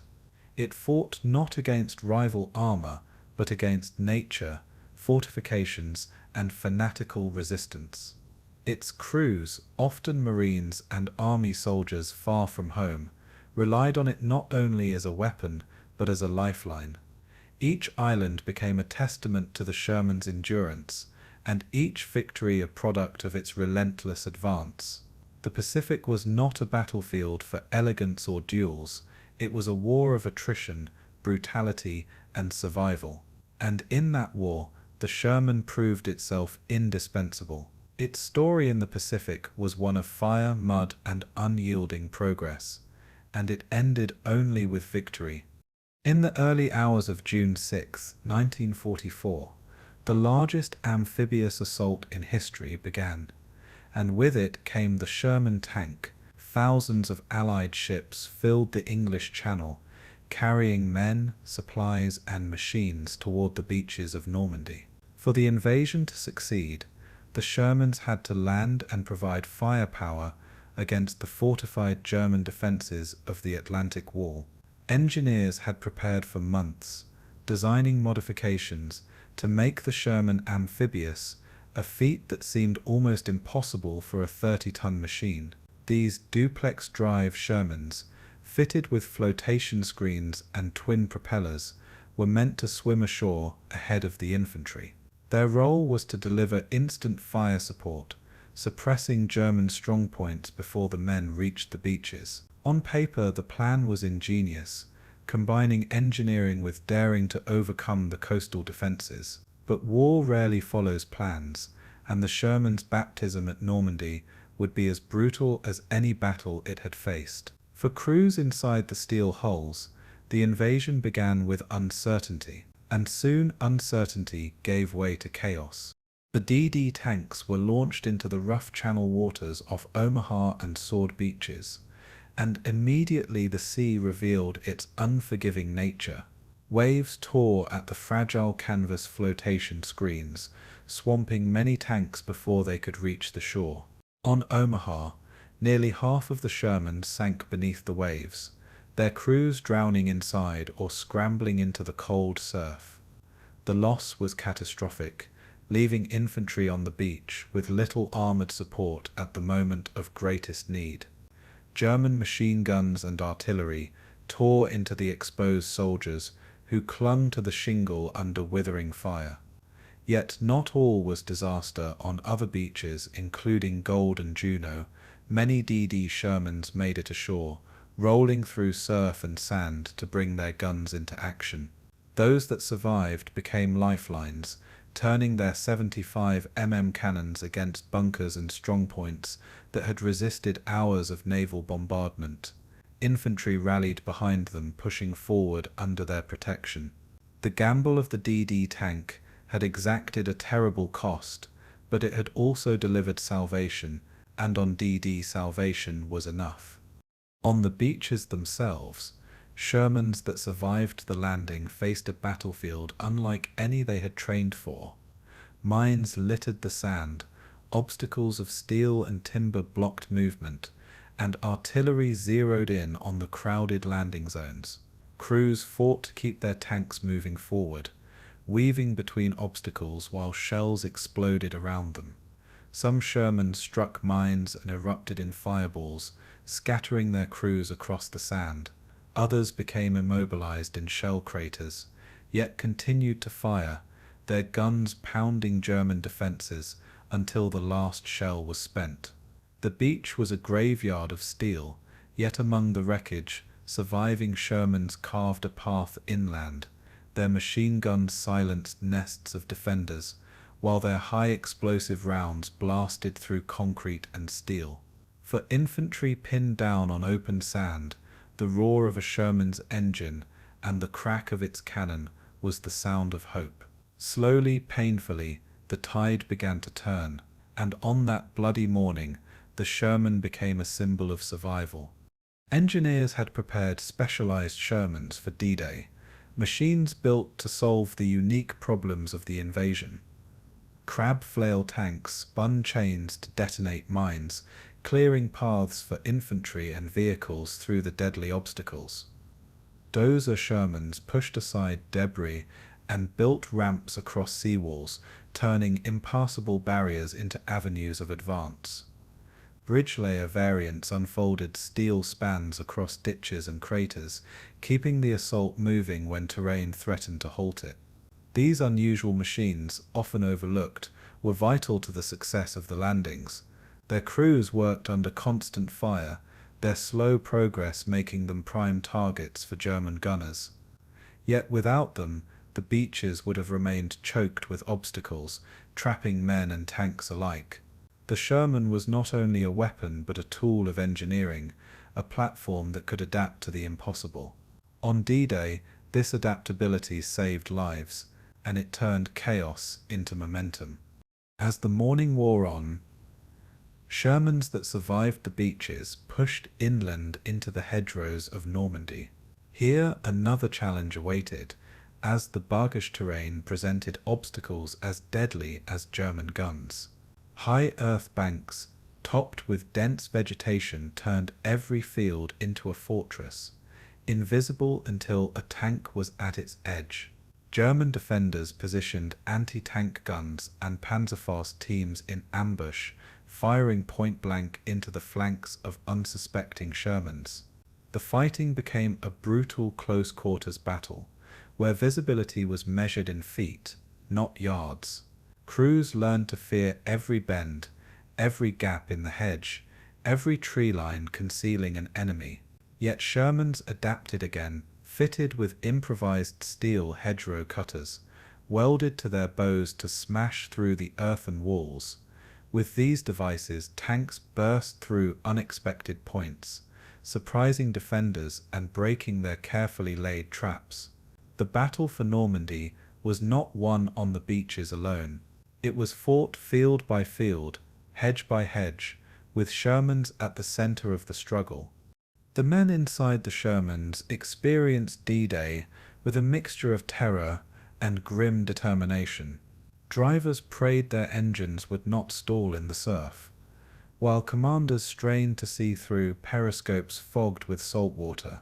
Loaders and gunners braced themselves against the pounding surf and the concussive shock of shells hitting the beach. The smell of fuel, cordite, and seawater filled every breath, mingling with fear and adrenaline. Crews shouted over the roar of engines and machine guns, each order carrying the weight of life and death. Many remembered the moment their tank touched sand, the grinding tracks a signal that they had survived the sea, only to enter another hell. They fought through exhaustion, thirst, and confusion, driven by training and the knowledge that infantry depended on them. Every shell fired, every bunker destroyed, meant lives saved on the beaches, and for those who survived, D-Day remained etched in memory as both triumph and nightmare.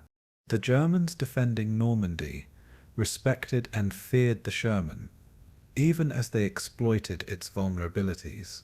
Anti-tank gunners targeted the beaches with precision, knowing that each burning Sherman was both a loss of firepower and a blow to Allied morale. German soldiers spoke of the shock of seeing tanks roll ashore through the surf, seemingly unstoppable despite their fire. Yet they also saw the limitations, the Shermans destroyed in the water, the burning wrecks on the sand, and the chaos of the landings. For them, D-Day was a clash, not only of men and machines, but of resources and will. They fought with ferocity, but they knew the Allies had more tanks, more men, and more ships behind the first wave. Each Sherman destroyed was replaced, each loss absorbed by the tidal wave of the invasion. The German defenders could kill tanks, but they could not stop the flow, and that flow would eventually drown the Atlantic Wall. By nightfall on June 6th, the beaches of Normandy were secured, at terrible cost in blood and steel. Hundreds of Shermans had been lost, some to the sea, others to mines, artillery, and ambushes. Yet enough survived to support the infantry, to crush German defences, and to establish a foothold on French soil. The Sherman had endured its most harrowing test, proving again that its true strength lay not in invulnerability, but in persistence. It had swum through the surf, rolled across beaches under fire, and adapted to the alien landscape of Bulge. Its presence turned chaos into order, fear into momentum, defeat into foothold. D-Day was not the Sherman's finest hour in terms of glory, but it was its most vital hour in terms of survival. Without it, the beaches might have remained killing grounds. With it, the invasion succeeded, and on June 6, 1944, the Sherman helped open the door to the liberation of Europe. By the summer of 1944, the Sherman faced an enemy unlike anything it had encountered in North Africa or Italy. Across the hedgerows and plains of France appeared the Panther and Tiger, Germany's heavy and medium-heavy tanks that had been designed to dominate armoured warfare. The Panther, with its long 75 mm high-velocity gun, could pierce a Sherman from well over a mile away, while its sloped armor shrugged off the American 75 mm at most ranges. The Tiger, heavier still, mounted the dreaded 88 mm Koke 36 cannon, a weapon capable of destroying Shermans before they could even return fire. Against these machines, the Sherman seemed almost outclassed, a workhorse facing predators built for the kill. For Allied crews, the first encounters were sobering, their shots bouncing harmlessly off German armor, while enemy rounds tore through their tanks. Yet the Allies had no time to redesign their fleet from scratch, no chance to pause and rethink. They had to fight with what they had, and that meant Shermans against Panthers and Tigers. It was a duel fought not just with guns, but with numbers, tactics, and determination. The Panther, introduced in 1943 at Kursk, had been rushed into service, plagued at first with mechanical problems. But by Normandy, many of these issues were resolved, and the Panther became the backbone of Germany's armored divisions. Its 75 mm Koke 42 gun was devastating, capable of punching through the Sherman's frontal armor at over 1,500 meters. Its sloped frontal glacis, 80 millimeters thick, was nearly impervious to the Sherman's standard 75 mm, forcing Allied tankers to aim for flanks or rear under dangerous conditions. The Tiger, though fewer in number, was even more intimidating, its massive silhouette and near impenetrable armor making it seem invincible. Crews spoke of the dread of hearing an 88 mm round whistle past, knowing it could destroy them in an instant. For Sherman crews, the battlefield became a place of careful maneuver, where charging headlong meant certain death. They had to stalk their prey, to ambush rather than be ambushed, to use every advantage of terrain and numbers. Against the Panther and Tiger, the Sherman learned humility, but it also learned cunning. Encounters in Normandy showed the tactical disadvantage vividly. At Villers-Bocage, in June 1944, a single Tiger, commanded by Michael Whitman, tore through British armor, destroying dozens of vehicles in minutes. Stories like this spread quickly among Allied crews, fueling the legend of the Tiger as a near-supernatural killer. But the truth was more complex. While individually superior, German heavy tanks were few in number and difficult to maintain. Panthers broke down frequently in the Bocage, their engines straining against muddy roads and hilly terrain. Tigers consumed fuel at alarming rates, often immobilized when supply lines faltered. Shermans, by contrast, were everywhere, always running, always present. The Allies understood that the answer to German quality was Allied quantity, that 5 Shermans arriving on time were worth more than 1 Tiger stuck without fuel. This philosophy was not comforting to crews who faced the prospect of trading lives for progress. Yet it was a philosophy that worked, and slowly it wore the German giants down. To counter the imbalance, American and British forces relied heavily on combined arms tactics. Shermans were seldom sent to duel Panthers and Tigers alone, but advanced with artillery, infantry, and air support to level the playing field. Forward observers called in artillery barrages on suspected German positions, softening defenses before tanks advanced. P-47 Thunderbolts and Typhoon fighter bombers prowled the skies, their rockets and bombs deadly against heavy armor caught in the open. Infantry carried bazookas and P-8s, harassing German tanks from cover, while Shermans maneuvered for flank shots. In this web of cooperation, the Sherman became one piece of a larger machine, no longer judged solely on its ability to win duels. When used correctly, it could outmaneuver the slower Tigers and exploit the flanks of Panthers. When used rashly, it was slaughtered. The lesson was clear: Shermans fought best in teams, not as lone gladiators, and the battlefield of Normandy forced Allied commanders to embrace that truth. Allied engineers also sought technical solutions, upgrading the Sherman's armament to meet the challenge. The introduction of the 76 mm1 gun provided better penetration against Panther armor, though it still struggled against the Tiger at long ranges. High-velocity armor-piercing rounds, when available, increased its effectiveness, though shortages often left crews with standard shells. The British went further, creating the Sherman Firefly by mounting their powerful 17-pounder gun in the turret.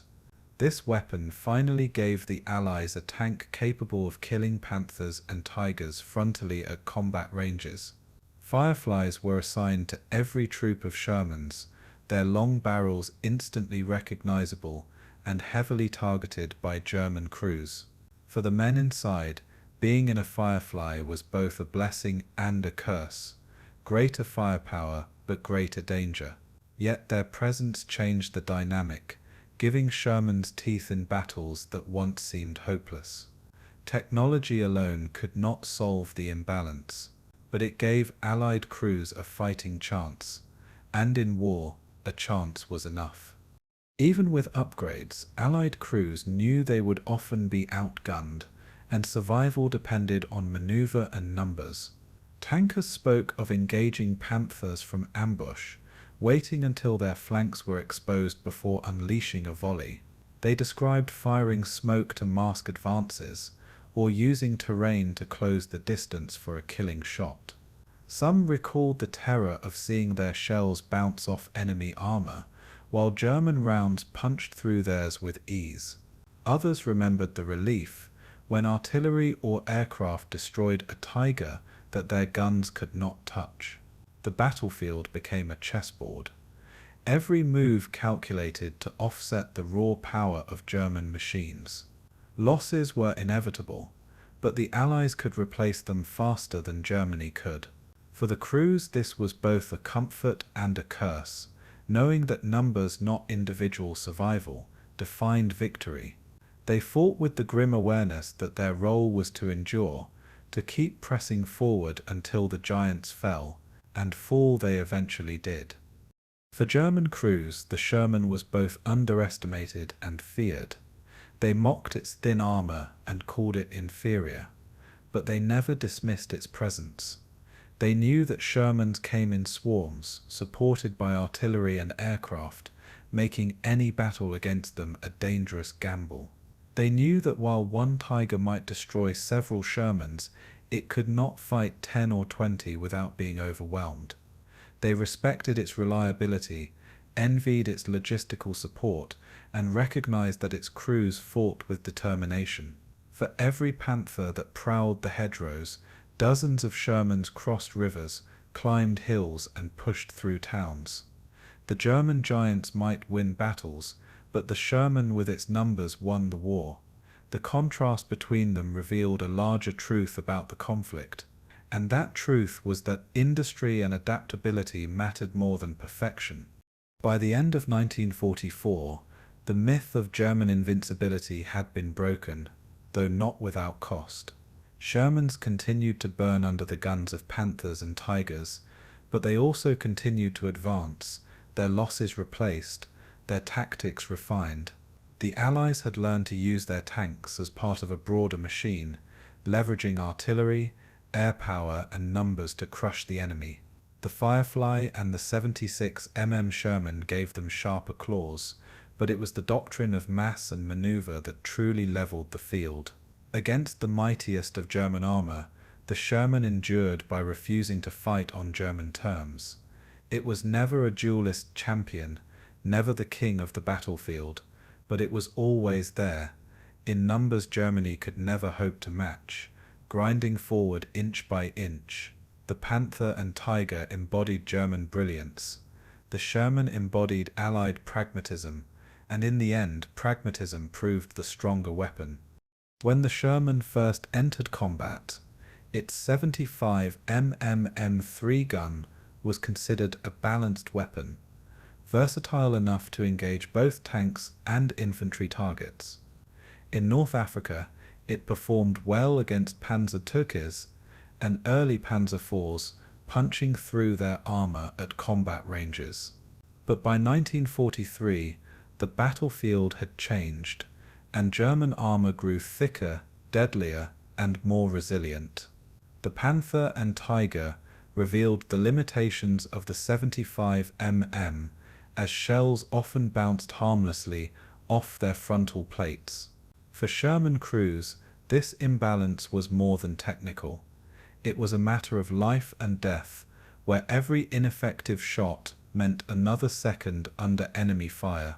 American planners understood that a new gun was needed, but doctrine often lagged behind battlefield realities. Army had long emphasized the Sherman as a support tank, not a heavy tank killer, relying on tank destroyers to counter German armor.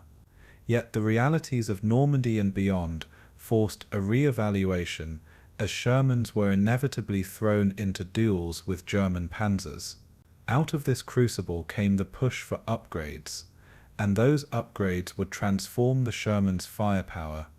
The first major step was the adoption of the 76mm M1 gun, designed to provide greater velocity and armor penetration. Developed before Normandy, it was initially resisted by some American commanders who feared losing the high explosive punch of the 75mm, so vital for supporting infantry. But on the battlefield, crews demanded more penetrating power against Panthers and Tigers, where the 75mm proved inadequate. The 76mm gun was longer, heavier, and fired higher velocity rounds, including armor-piercing shells that could penetrate Panther side armor at typical combat ranges. It was not a miracle weapon, as the frontal armor of German heavy tanks still posed a formidable challenge. Yet it gave Shermans at least a fighting chance, a way to engage the enemy without relying entirely on flank shots. By late 1944, more and more 76mm armed Shermans entered service, though never in sufficient numbers to replace all 75mm variants. For tankers, the difference was immediate and psychological. They finally had a tool that felt equal to the task, and with it came a renewed sense of confidence. Still, the 76mm had limitations, and its shells often failed to guarantee kills against the thickest armor.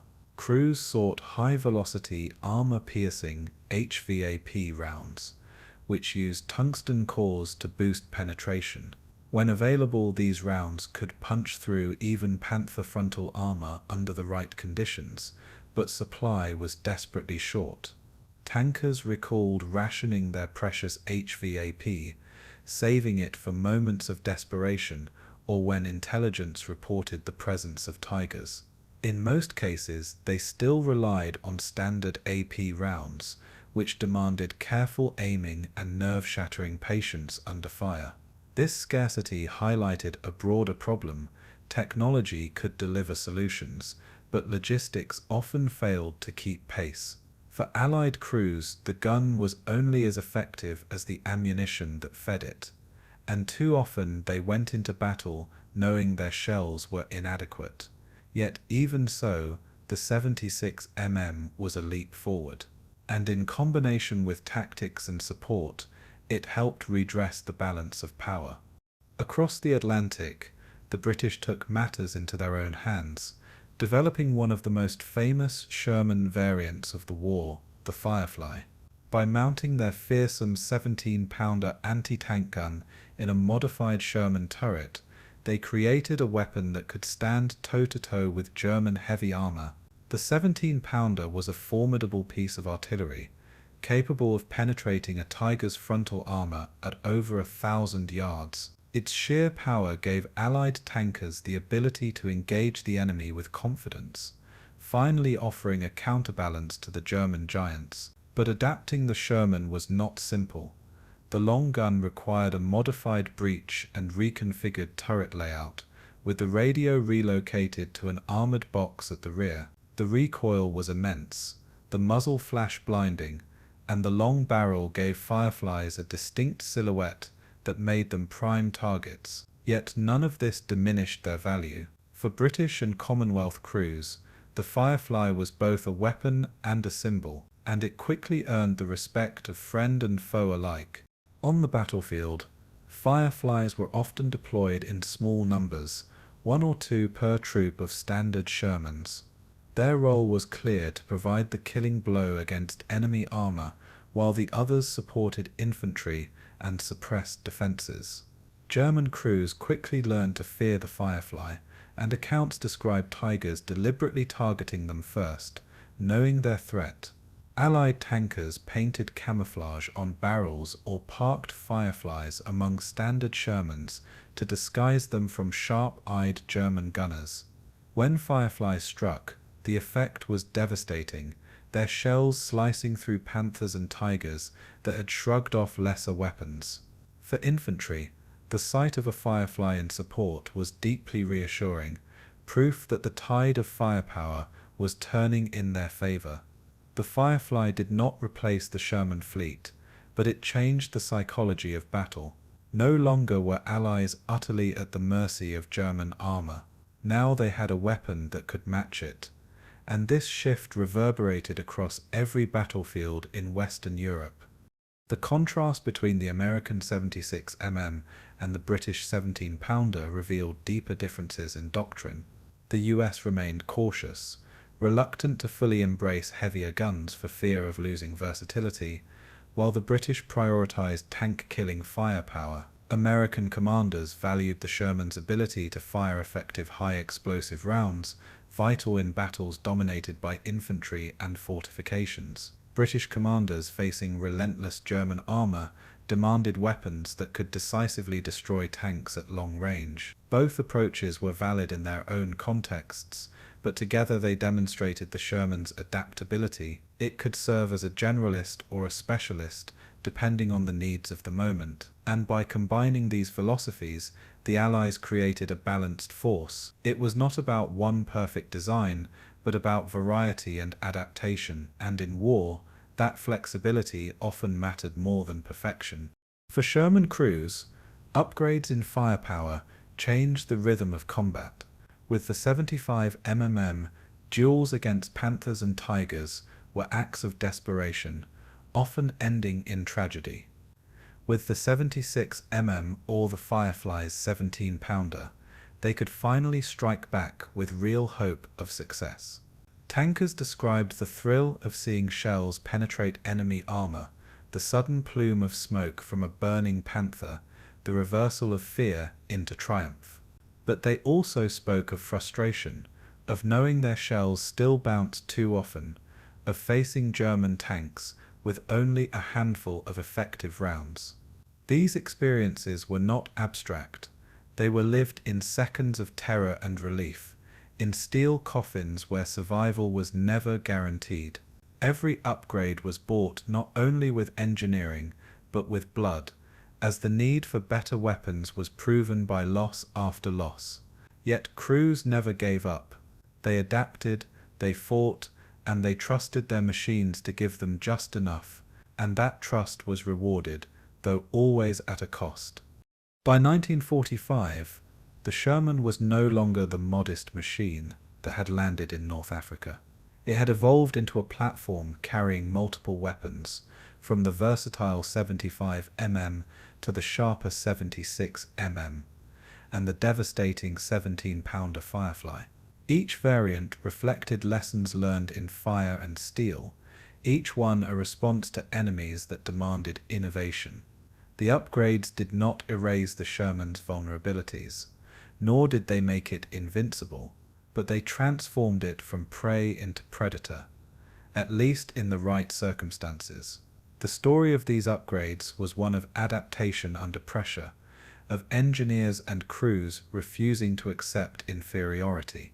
It was proof that the Allies could innovate as well as mass produce, matching quantity with quality when needed.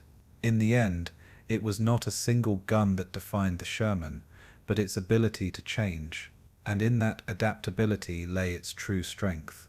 For in war, survival belongs to those who evolve.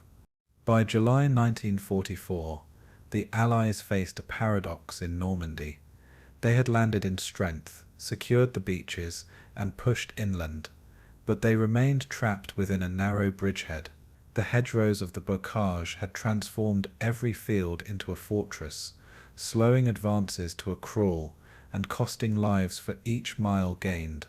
Shermans, vital in breaking through German lines, often found themselves ambushed at close range by Panthers, anti-tank guns, and infantry armed with Panzerfausts. The campaign had become a war of attrition, one where Allied numbers were pitted against German discipline and cunning. Yet behind the lines, a vast build-up was underway, with hundreds of Shermans waiting for the signal to break the stalemate.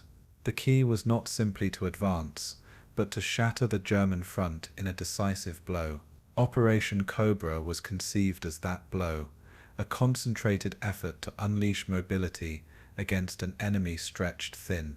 The Sherman would be the spearhead of this gamble, the machine chosen to exploit the breach once it was made. And in July the hammer finally fell. Operation Cobra began with an aerial bombardment of unprecedented scale, designed to pulverize German defenses west of Saint-Lô. Thousands of heavy bombers dropped their loads on a narrow front, turning fields and villages into smoking wastelands. The devastation stunned even seasoned soldiers, who described the ground trembling like an earthquake beneath the weight of explosives. Yet the bombing was not without tragedy, as some American units were caught in the blasts, suffering friendly fire casualties before the attack even began. When the smoke cleared, Shermans rolled forward into a landscape of shattered earth, craters, and stunned defenders. German lines, already weakened by weeks of fighting, buckled under the sudden weight of firepower. The Sherman's role was not merely to advance, but to exploit momentum, to drive deep before the enemy could regroup. Columns of tanks punched through the breach, their engines roaring across broken ground, and for the first time since D-Day, open country lay ahead. The breakout unleashed the Sherman's greatest strength, mobility. No longer confined by hedgerows, the tanks surged into the French countryside, racing down narrow roads and across open fields. Villages that had resisted for weeks were bypassed or quickly overrun, as armored thrusts drove wedges between German units. The Shermans, supported by half-tracks and infantry, moved with speed that stunned both friend and foe. German forces, already battered and short of fuel, struggled to respond to the sudden tempo of Allied operations. For tank crews, the advance was exhilarating, a dramatic contrast to the suffocating battles of the bocage. Yet exhilaration was tempered by danger, for ambushes still lurked in woods and villages, and German armor was never far away. Still, the momentum was undeniable, as Shermans covered miles in days that had once taken weeks to gain. The breakout was not only tactical but psychological. The Allies had transformed from besiegers into hunters, and France itself seemed to open before them. One of the most critical moments came at the town of Avranches, where Sherman secured the gateway to Brittany. Control of this junction allowed the Allies to unleash General Patton's Third Army, a formation designed for speed and exploitation. Patton's tank columns, many of them built around Sherman's, poured through the breach, fanning out across the French countryside. They advanced with a tempo reminiscent of German blitzkrieg, driving deep into enemy rear areas before defenders could organize. Patton's tankers described the experience as a whirlwind, pushing through villages greeted by liberated civilians while keeping one eye on the road ahead. German resistance was sporadic, fierce in some places, collapsing in others, but never enough to stop the momentum. The Sherman, reliable and plentiful, was perfectly suited to this style of warfare, consuming fuel and ammunition, but seldom faltering mechanically. Every mile gained stretched German logistics thinner, every junction seized further fractured their cohesion. Avalanches had opened the door, and through that door poured an armoured tide. The speed of the advance brought both opportunities and risks. Shermans often outran their infantry and supply lines, pushing into territory where maps were incomplete and ambushes frequent. German rearguards made clever use of terrain, mining crossroads and setting up anti-tank guns in stone farmhouses. Crews remembered the constant tension of moving quickly, yet scanning every shadow for danger. At times, Shermans drove straight through enemy-held villages, leaving mopping up to following units, their priority being speed above all else. Fuel became as critical as ammunition, with entire operations hinging on the arrival of tanker trucks at the right moment. Patton's armies consumed resources at a staggering rate, yet their momentum was too valuable to halt. For German commanders, the pace was dizzying, as units that had once been methodical now seemed unstoppable. The Sherman was not just fighting battles, it was collapsing a front, and in doing so, it was rewriting the rhythm of the campaign. The German response was desperate, marked by counterattacks and rearguard actions designed to buy time. At Morton, Hitler ordered a major counterstroke, hoping to cut through Allied lines and reach Avranches, severing Patton's advance. German panzer divisions, including Panthers and Tigers, threw themselves against the advancing Shermans and their supporting infantry. The battle was fierce, with villages changing hands multiple times and tank duels raging in the fields. Yet Allied artillery, air power and numbers proved decisive, smashing the counterattack before it could achieve its aims. Shermans fought not as isolated machines, but as part of a vast coordinated war machine that overwhelmed the enemy. For crews, Morton was a reminder that the enemy, though battered, remained lethal and determined, but it was also proof that the tide had turned irreversibly. The Germans could still strike, but they could no longer stop the flood, and the Sherman remained at the heart of that flood. As the breakout widened, the Allies moved to encircle German forces retreating from Normandy. The Falaise pocket became the graveyard of the German 7th Army, trapped between converging Allied forces. Shermans played a critical role in sealing the escape routes, cutting off columns of retreating vehicles and engaging desperate rearguards. The fighting was brutal, with roads clogged by wrecked tanks, burning trucks, and the bodies of men and horses alike. Crews recalled the smell of smoke and death lingering in the air for days as the pocket collapsed. German soldiers, once proud and disciplined, surrendered in droves, though others fought bitterly to the end. For the Allies, the destruction of the pocket marked the true liberation of France from German control. The Sherman, ubiquitous and reliable, had been present at every stage, from the breakout to the encirclement. And in August 1944, the tide of war in Western Europe shifted permanently. The road to Paris lay open, and the Sherman would lead the way.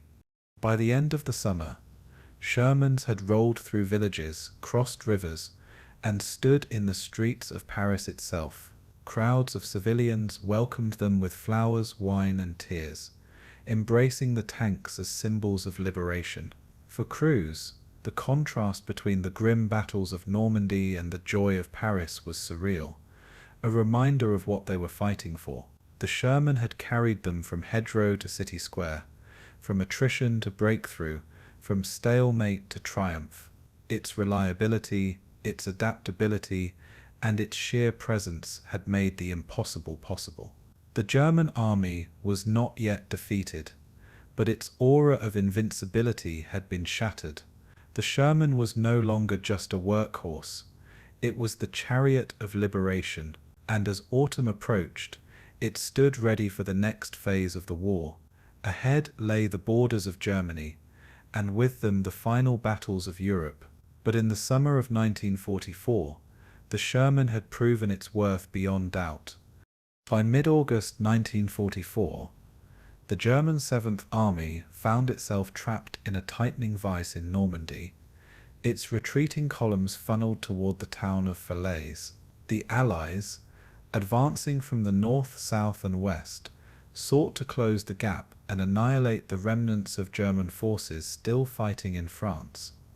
The Sherman tank became central to this operation, not just as a weapon, but as a relentless presence, pressing forward at every opportunity. For German commanders, the pocket was a nightmare of collapsing fronts, clogged roads and dwindling supplies. For Allied crews, it was an opportunity to crush the enemy once and for all, though the fighting remained fierce and costly. The terrain was a patchwork of villages, fields, and rolling hills, perfect for ambushes, but also ideal for rapid armored thrusts. German columns packed with vehicles and men made tempting targets for artillery and airstrikes. Shermans were tasked with cutting the escape routes, sealing off the pocket, and holding against desperate counterattacks. The battle was both chaotic and decisive, and in the smoke and dust of August 1944, history pivoted on the grind of tracks and the crack of tank guns. Sherman spearheaded the advance of American, British, Canadian, and Polish forces as they converged around the pocket. Roads once filled with civilian traffic became arteries of destruction, clogged with German trucks, tanks, and horse-drawn wagons trying to flee east. Allied tank crews described scenes of devastation where roads were littered with wreckage, fields filled with burning vehicles, and bodies scattered among the chaos.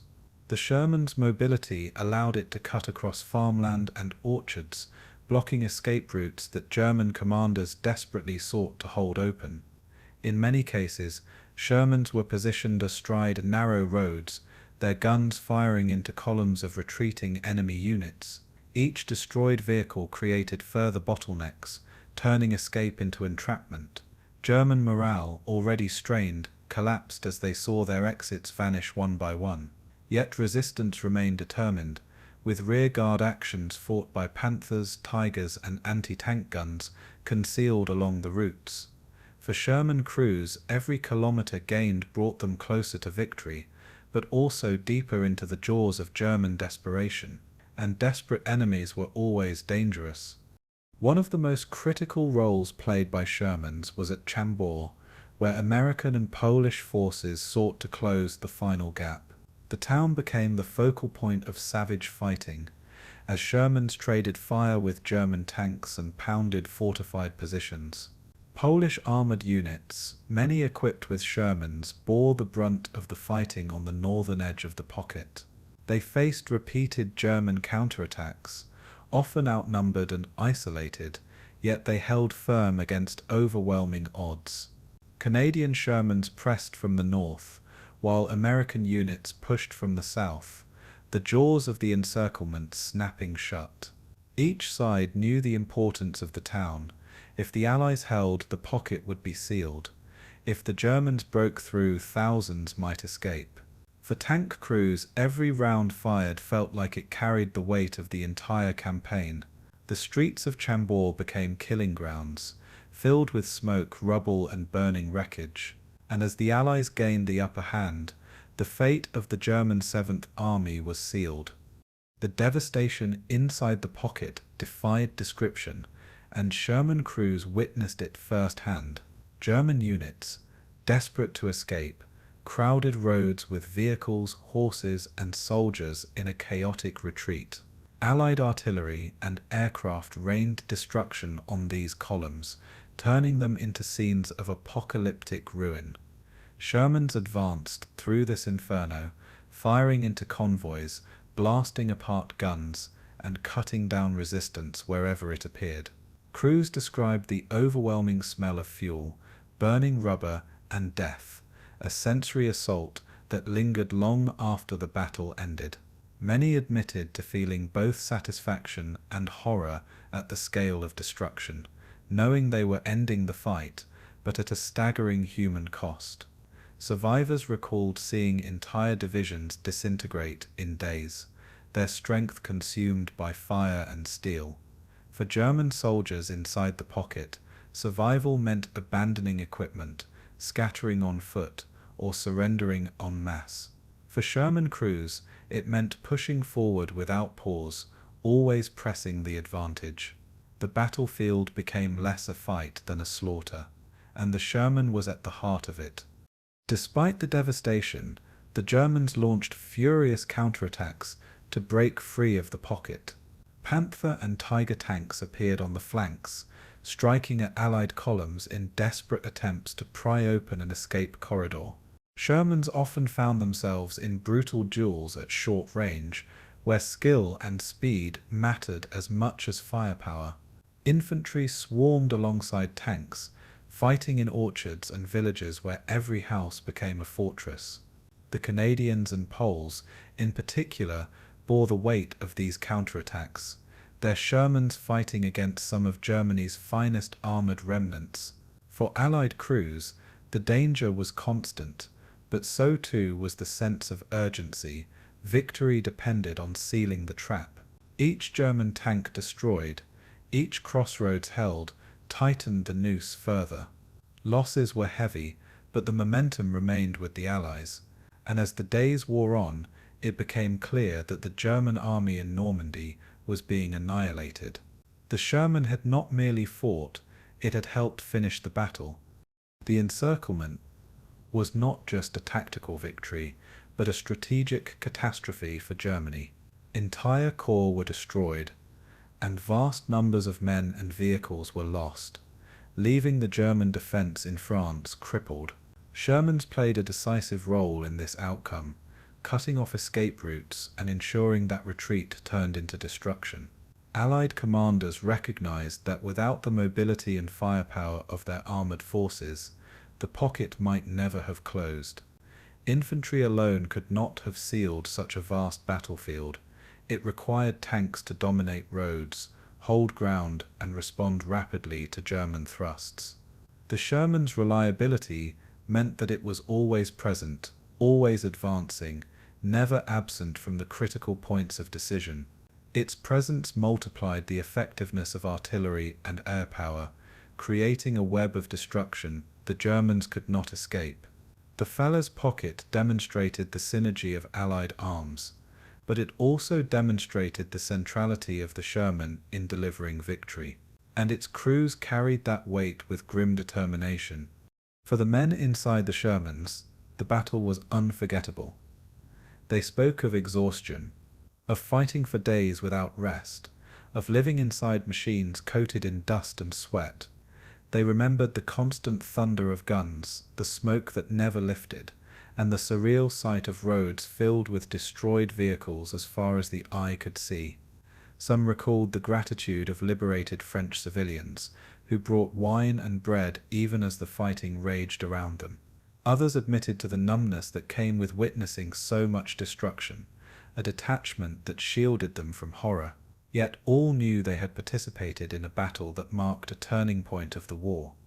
The German army in France had been shattered, its ability to resist further Allied advances permanently broken, and the Sherman had been there at every stage, carrying its crews through fire and fury. For those who survived, the Falaise pocket was etched into memory forever. It was the moment they knew the war in the West was being won. By the end of August 1944, the Allies stood victorious, and the road to Paris lay open. The Falaise pocket had cost the Germans tens of thousands of men and thousands of vehicles, leaving their forces in France crippled beyond repair. The Sherman had proven itself not only as a tank of persistence, but as a tank of decision, its mobility and firepower critical in sealing the encirclement. For the Allies, it was a vindication of their doctrine, their production, and their will to adapt. For the Germans, it was a disaster from which they would never recover in the West. The fields of Normandy were littered with wreckage, a grim testament to the price of war, but they also stood as proof that the tide had turned irrevocably. The Sherman, once doubted, had carried the Allies from the beaches to the brink of victory. and in the pocket at Falaise, it had helped crush the heart of the German army in France. The war was far from over, but the end was now in sight. In December 1944, the Sherman found itself thrust into one of the most unexpected and desperate battles of the war: the German counteroffensive through the Ardennes. The Allies had believed the wooded hills of Belgium and Luxembourg were quiet sectors, a place for resting divisions, not for major combat. But Hitler gambled everything on a bold strike, aiming to split Allied lines and capture Antwerp. In the early morning hours of December 16th, German artillery shattered the silence, and waves of infantry, Panthers and Tigers, surged out of the mist. For the Sherman crews stationed in the Ardennes, the shock was immediate, their tanks suddenly on the front line of a massive surprise attack. Snow blanketed the ground, muffling the advance of enemy columns and complicating the movement of vehicles. Roads became icy ribbons, flanked by dense forests where ambushes lurked at every turn.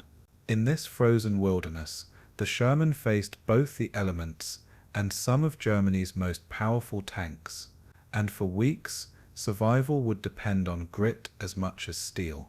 The weather became as much an enemy as the Wehrmacht. Snowstorms reduced visibility, grounding Allied aircraft that normally dominated the skies, and leaving tankers to face the enemy without cover. Crews struggled to keep engines running in sub-zero temperatures, their breath freezing on steel surfaces inside the cramped hulls. Tracks froze to the ground overnight, and starting a tank at dawn often required fires lit beneath engines or hours of exhausting labor. The cold seeped into bones, making hands stiff and movements clumsy, slowing the work of loading shells and manning machine guns.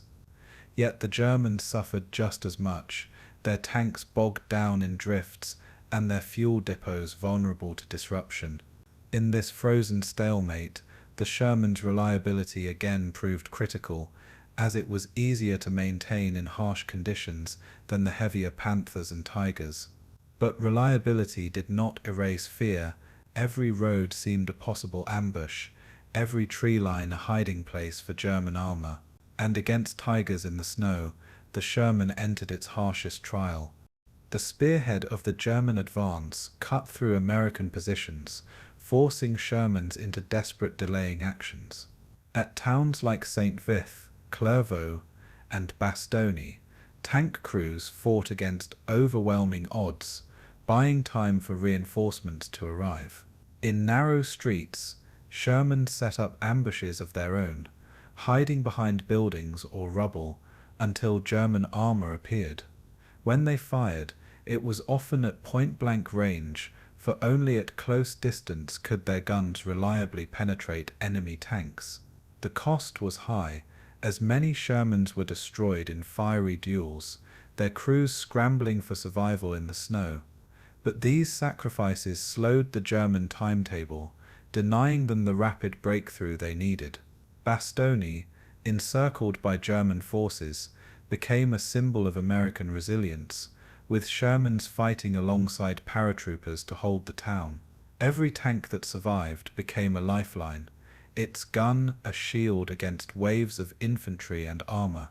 And while the Shermans bled, they held the line long enough for help to come. One of the most famous clashes came at the town of Falaise, where American Shermans faced Kampfgruppe Peiper, the spearhead of the German offensive. Peiper's column, heavily equipped with Panthers and Tigers, had driven deep into Allied lines, leaving a trail of destruction. But at Falaise, low fuel, fatigue, and relentless pressure caught up with them. Shermans, supported by artillery and infantry, ambushed the German force, striking from flanks and forcing them into retreat. The battlefield became a graveyard of burning armor, where the wreckage of mighty Tigers smoldered beside the more humble Shermans. For American crews, the victory was proof that cunning and coordination could overcome technical inferiority. They used terrain, surprise, and superior logistics to shatter what had been Germany's last great armored gamble. In the snow-choked valleys, the Sherman was not just a survivor, it was a predator in its own right, striking when the enemy was most vulnerable. And at Falaise, the tide began to turn. Throughout the Ardennes, Shermans worked hand in hand with infantry in defensive battles that became legends of endurance.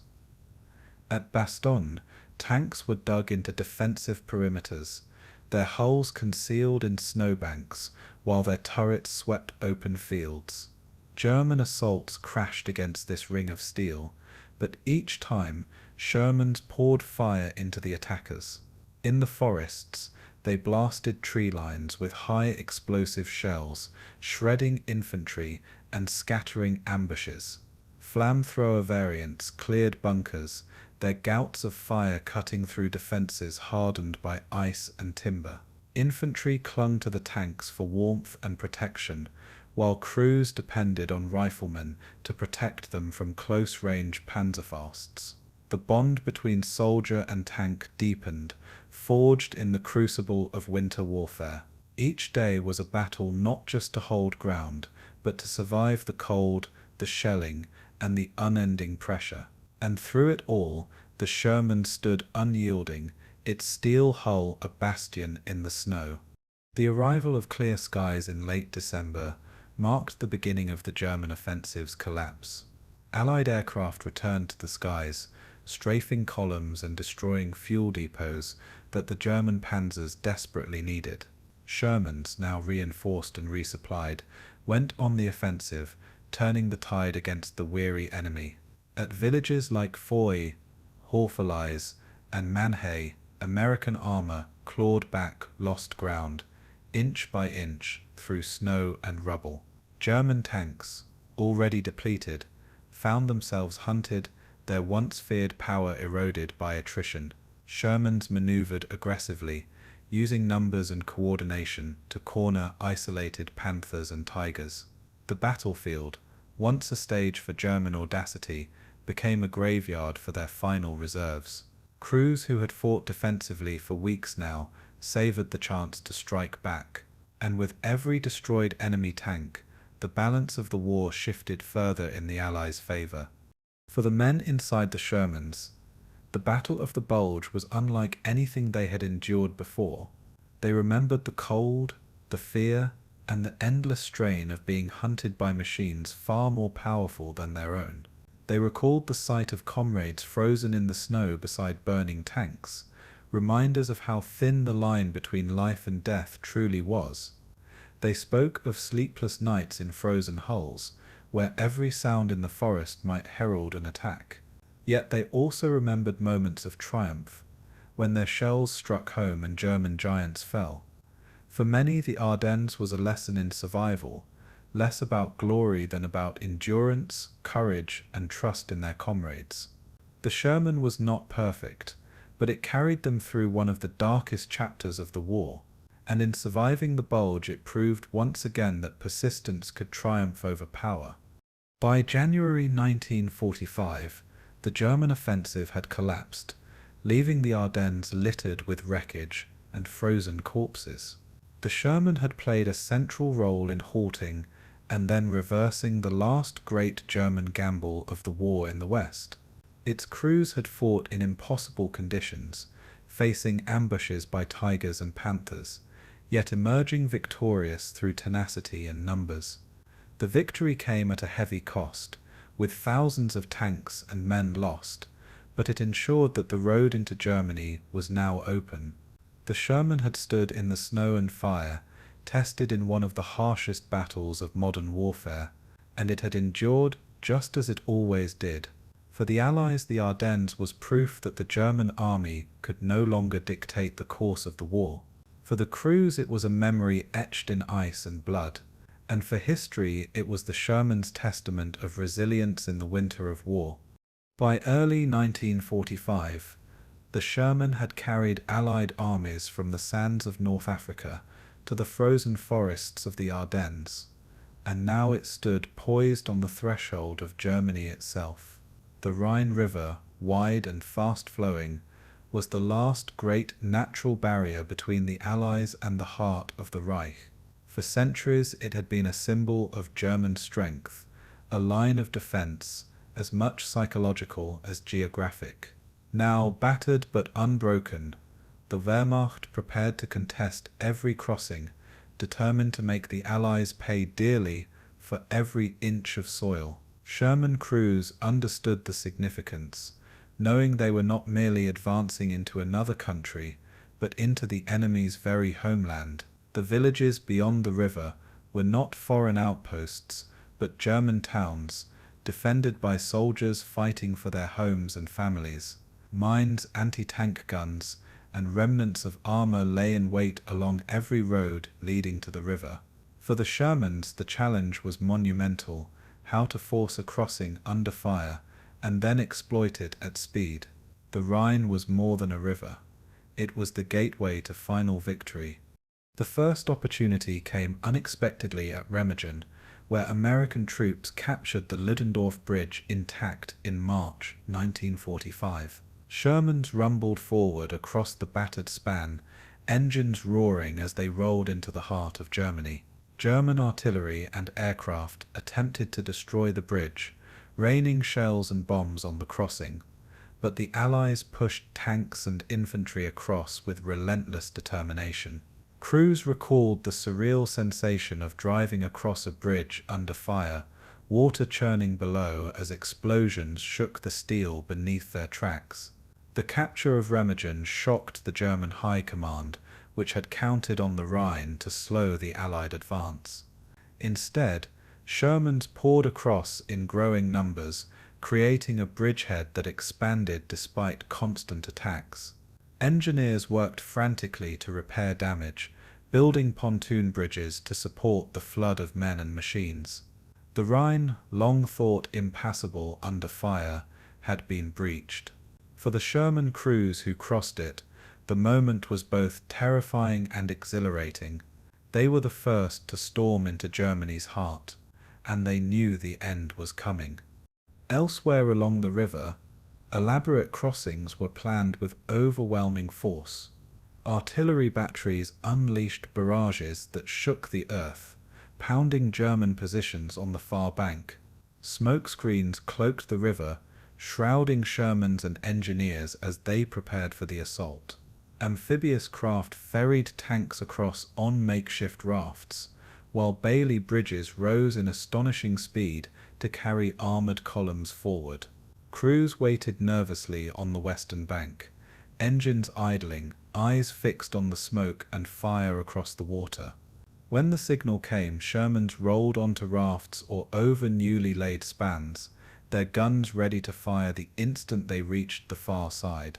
German defenders struck back fiercely, but they were outgunned and outnumbered, unable to halt the tide.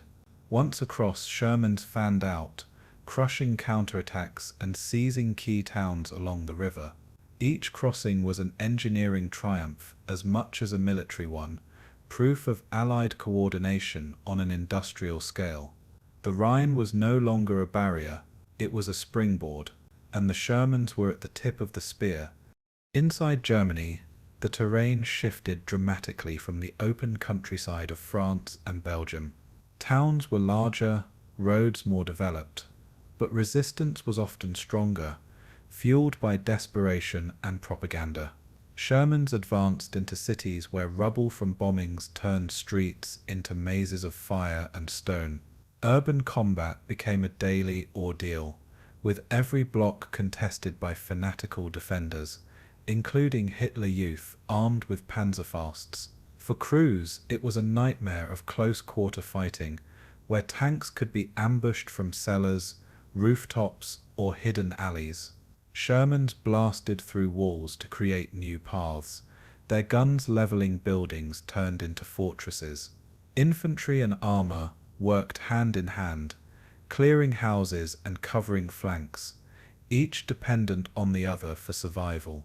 The pace of the war quickened, yet every mile was paid for with blood and steel. Germany itself was a battlefield now, and it fought with the ferocity of a cornered beast. The Sherman, so often underestimated, proved itself again in this unforgiving environment, and block by block, It brought the Allies closer to Berlin. As the Allies advanced deeper, the Sherman's greatest asset became its sheer ubiquity. Everywhere German defenders turned, there seemed to be Sherman's columns on highways, patrols in villages, spearheads breaking through fields. Crews often joked that the Sherman was the Volkswagen of tanks, so common that its presence seemed endless. But that ubiquity was the product of industrial might, a reminder that American factories could replace losses faster than Germany could inflict them. German units still fielded Panthers and Tigers, and duels continued to claim Allied lives, yet the outcome was no longer in doubt. Each battle became a question of how many Shermans Germany could destroy before being overrun by the next wave. For crews, it was a grim arithmetic. Friends lost, tanks burned, but the advance never stopping. The knowledge that replacements would always arrive carried its own comfort, even as it underscored the terrible expendability of their role. The Sherman was not invincible, but it was unstoppable, and that distinction mattered more than any duel. The race to Berlin was not only about speed, but about prestige and politics. Eisenhower, wary of overextending, allowed Soviet forces to close on the German capital from the east, while American and British forces drove toward the Elbe. Shermans nonetheless spearheaded lightning advances, their tracks cutting across Germany's heartlands, seizing cities like Cologne, Kassel, and Leipzig. In Cologne, one of the most famous tank duels of the war unfolded, where a Panther destroyed several Shermans before being knocked out itself, captured forever on film. Such encounters were reminders that danger never vanished, even in the war's final months. But they also symbolized the determination of Sherman crews to press forward regardless of odds. Civilians lined the streets in shock as columns of armor rolled through, the war's devastation evident in every shattered building. The Sherman had become more than a machine of war. It was the face of Allied power entering the Reich. Each city taken brought Germany closer to collapse, and each mile gained shortened the road to final victory. For the men inside the Shermans, the drive into Germany carried emotions that mixed exhaustion, triumph, and sorrow. They had fought from North Africa to Normandy, from Sicily to the Ardennes, and now into the enemy's homeland. Each burned-out German tank they passed was a reminder of the countless battles already fought, each cemetery a reminder of the friends left behind.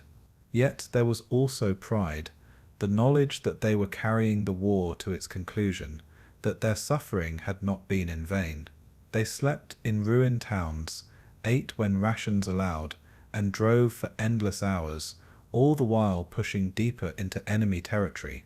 The Rhine had been the last great obstacle, and they had crossed it.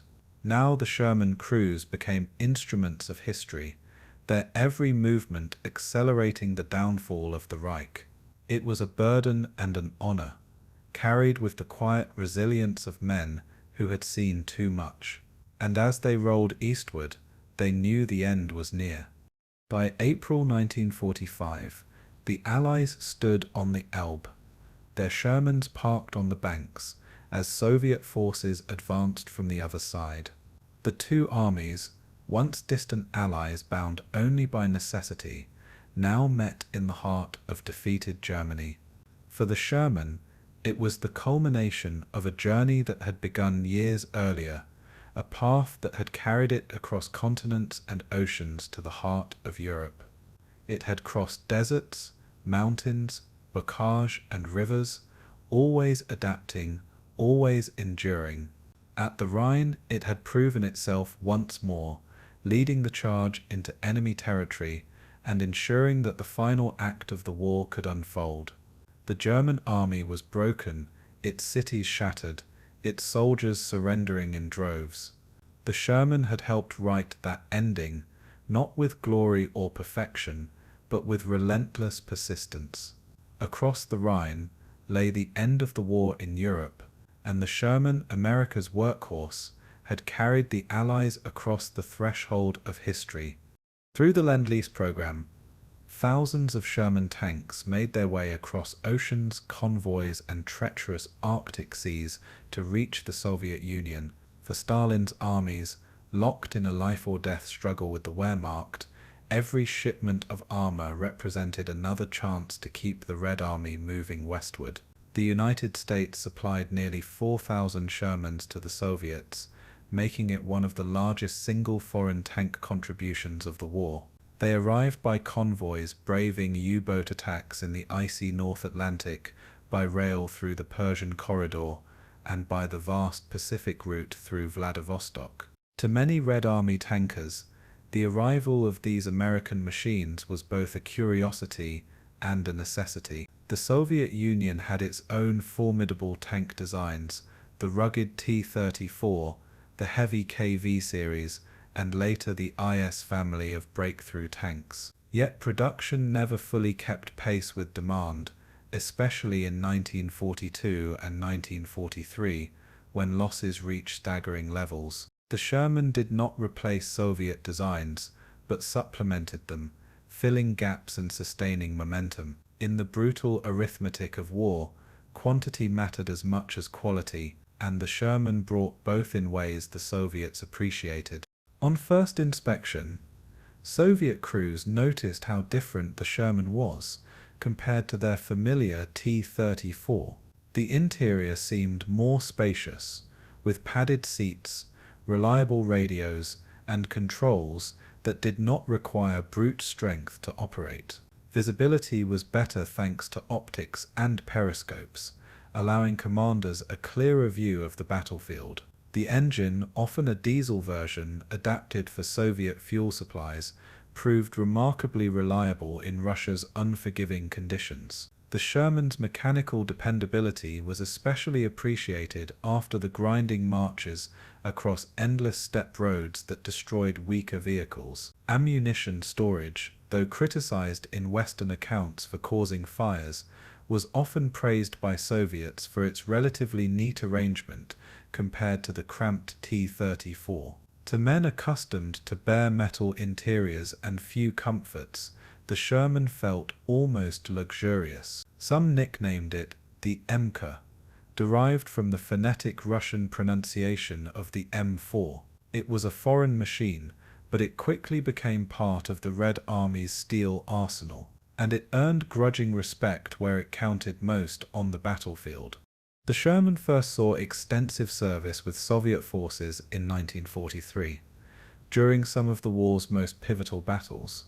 At Kursk, where tanks clashed in the largest armored battle in history, Soviet units fielded Shermans alongside T-34, stirring them into the cauldron against Panthers, Tigers, and massed German guns.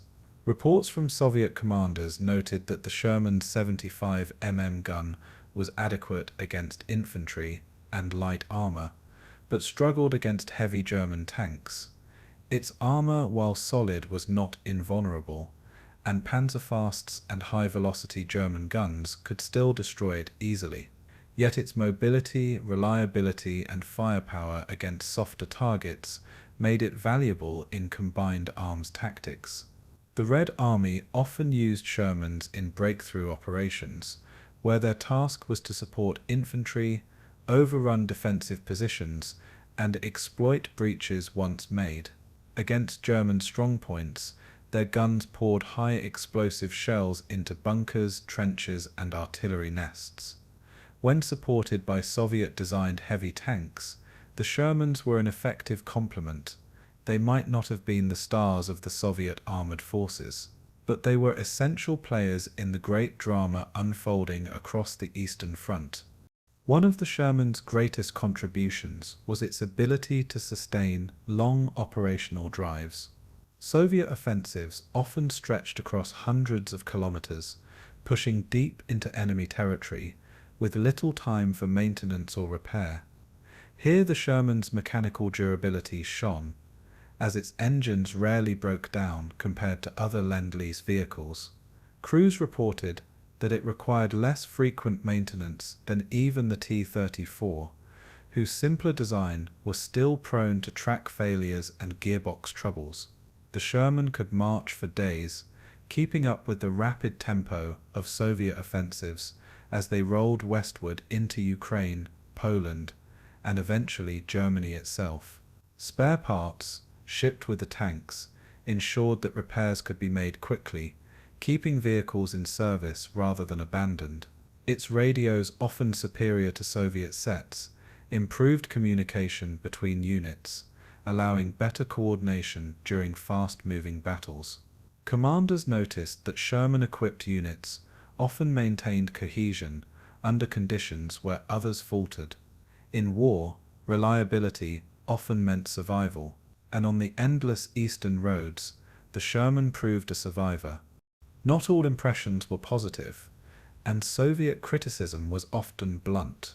Tankers complained that the Sherman was too tall, presenting an easy target on the flat steppe compared to the low silhouette of the T-34. Its armor, while sloped and respectable, could not withstand the direct hits of an 88 mm gun, or the punch of a Panther at range.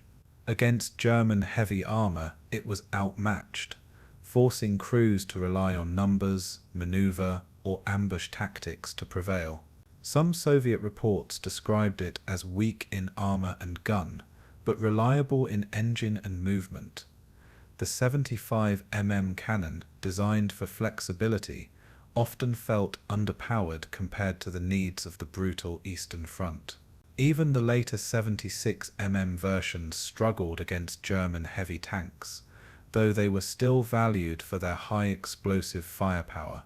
Soviet doctrine adapted, using Shermans where their strengths mattered most, supporting infantry and exploiting breakthroughs. They were not tanks for duels against tigers. They were tools of momentum, instruments of relentless advance. And in that role, they served the Red Army well. The human stories of Soviet Sherman crews revealed both hardships and pride.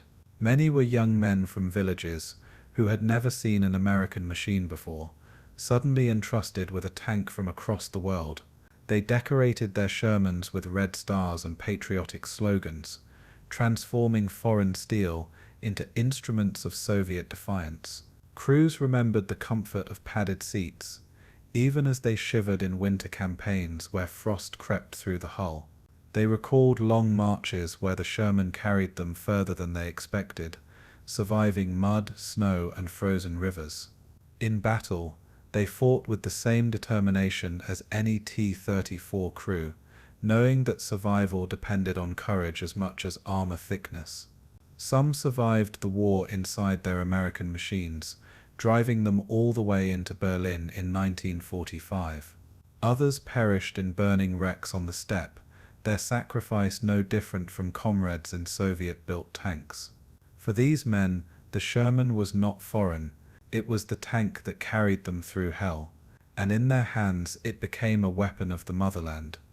The arrival of Shermans through Lend-Lease also had a profound logistical impact on the Red Army. By providing thousands of tanks ready for combat, the United States allowed Soviet factories to focus on producing T-34S and heavier models without stretching resources too thin. The combination of Soviet and American production ensured that the Red Army could launch massive offensives without fear of running short of armor. In practice, this meant that Soviet spearheads were often mixed formations, with Shermans advancing beside T-34S in columns that stretched for miles. The image of American and Soviet tanks rolling together through ruined cities symbolized the strange alliance that bound two very different nations. Though separated by ideology, they were united in steel, fire, and blood, and the Sherman became a visible embodiment of that unity. It was more than a tank, it was a symbol of cooperation against a common enemy, and on the Eastern Front it left a lasting impression. By the end of the war, the Sherman had carved out its place in Soviet history, standing alongside the T-34 as one of the machines that carried the Red Army to victory. Though often overshadowed by the mythos of Soviet designs, it was remembered by those who fought in it as dependable, durable, and valuable. Some remained in Soviet service after the war, used in training or passed along to Allied states. For the men who had driven them into battle, the memory of their American MKs lingered long after the guns fell silent. They had proven that war was not just fought with domestic machines, but with whatever tools could be forged in alliance. The Sherman, built in Detroit and Pittsburgh, had left its tracks in the mud of Kursk, the fields of Ukraine, and the streets of Berlin. It had survived the harshest front of the war and earned a place in Soviet victory. And in the grand story of the Eastern Front, it stood as a testament to cooperation and endurance. Inside every Sherman tank was not just a machine, but a team of 5 men whose lives depended on each other every moment of the war. The commander, perched high in the turret, was the eyes and brain of the crew, scanning the battlefield through periscopes while making split-second decisions. Below him sat the gunner, hands steady on the elevation and traverse controls, waiting for the command to fire. To his side crouched the loader, muscles straining as he rammed heavy shells into the breech, sometimes working until his arms trembled with exhaustion. Down in the hull, the driver gripped the controls, guiding the 30-ton giant across mud, snow, and rubble with constant precision.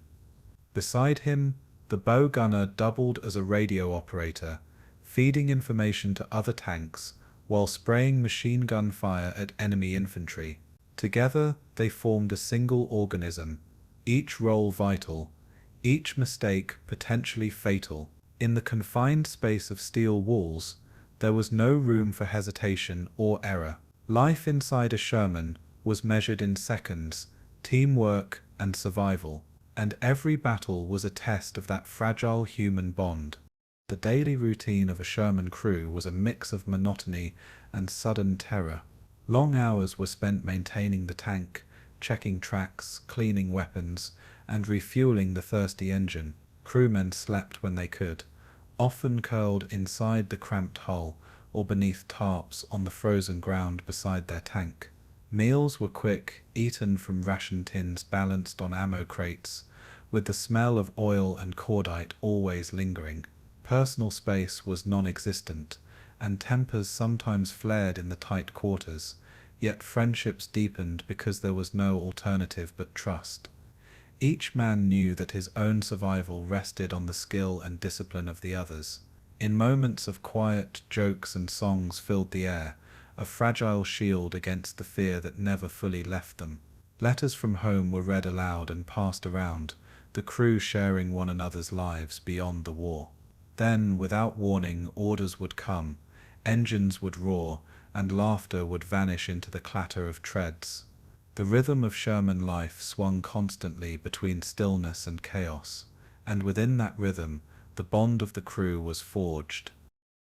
When battle came, the inside of the Sherman became a furnace of sound and motion. The roar of the engine blended with the metallic clank of gears and the deafening crack of the main gun. Each shot sent shockwaves through the hull, rattling teeth and leaving ears ringing. The loader worked at a frantic pace, sweat streaming as he slammed shell after shell into the breech, fingers bruised and raw. The gunner kept his eyes fixed on the sight, adjusting aim as targets darted between smoke and fire. The commander shouted orders, his voice hoarse from the constant strain of directing and warning. The driver gripped the controls with white knuckles, guiding the tank through craters, rubble, and the deadly threat of mines. Every second felt stretched to eternity, each decision a balance between survival and destruction. When shells struck the Sherman's armor, the clang reverberated through the crew like a hammer on bone, and in those moments, the human cost of steel warfare was laid bare. The greatest fear of every crewman was fire. A single penetrating hit could ignite fuel or ammunition, turning the tank into a furnace in seconds. Flames would erupt, smoke filling the cramped interior as men scrambled for hatches that suddenly seemed impossibly small. Veterans remembered the screams of comrades caught in fire, memories that haunted them long after the war. For this reason, many crews rode with hatches open in combat, preferring the risk of shrapnel to the nightmare of being trapped. The danger gave rise to nicknames like Ronsons or Tommy Cookers, references to lighters and stoves that ignited too easily. But not every Sherman burned. Later models added wet ammunition racks and better fire suppression, improving survival. Still, the dread never disappeared, and every man who climbed inside knew what could happen with the next shot. Courage in a Sherman was not the absence of fear, it was the willingness to fight despite the certainty of it. Between battles, the Sherman became both home and prison for its crew. The smell of oil and sweat clung to every surface, mixed with the acrid scent of gunpowder that never faded. Space was so limited that men lived shoulder to shoulder, every movement bumping against steel or comrade. Hygiene was almost impossible, and uniforms stiffened with grime after weeks without proper washing. Yet amidst the hardship, bonds formed that were unlike any found elsewhere in the army. Crews developed unspoken languages of hand gestures, glances, and habits that only they understood. They shared cigarettes, passed around canteens, and carved graffiti into the steel of their second home. Tank life blurred the line between machine and man, each depending utterly on the other. For crews, their Sherman was not just a tool of war. It was a brother, a bunker, and a lifeline rolled into one. Camaraderie was the lifeblood of survival, and trust was absolute. The driver had to believe that the commander saw threats he could not, while the gunner relied on the loader to have a shell ready at the exact instant he needed it. In the chaos of battle, hesitation could mean death, but harmony could mean victory. Crews who fought together longest developed instincts so strong they barely needed words. Veterans spoke of feeling like parts of a single body, each movement synchronized, each reaction automatic. Friendships formed in this crucible often lasted lifetimes, carried home in memories of shared danger. When one crewman was killed, the loss tore at all of them, breaking more than just their physical team. New men were sometimes brought in, but it never felt the same until combat again welded strangers into brothers. In the end, it was not the tank that made them effective. It was the bond of men inside it, tested under fire and sealed in steel. Survival depended not only on skill, but also on luck, and every crew knew it. A tank could take dozens of hits without fatal damage, or it could be destroyed instantly by a single well-placed shell. Mines, artillery, and infantry with handheld weapons all posed constant danger, forcing crews to live with an ever-present awareness of mortality. Some tankers carried talismans from home, photographs, medals, or lucky charms, clinging to the hope that something could shield them from fate. Others hardened themselves, accepting death as part of the job, focusing only on doing their duty until the end. The stress left scars, invisible yet permanent, long after the war was over. Many remembered the sound of shells bouncing off armor, the hiss of ricochets, or the eerie silence that followed a near miss. Survival was a lottery, but within the steel walls of the Sherman, men faced those odds together, and that unity gave them the strength to keep fighting. By the war's end, tens of thousands of men had lived, fought, and died inside Shermans. Their stories as much a part of history as the machine itself. For some, the tank was a tomb, a final resting place amid the smoke and ruin of battle. For others, it was a lifeboat, carrying them through firestorms from Africa to Germany, from the Pacific to the steppes of Russia.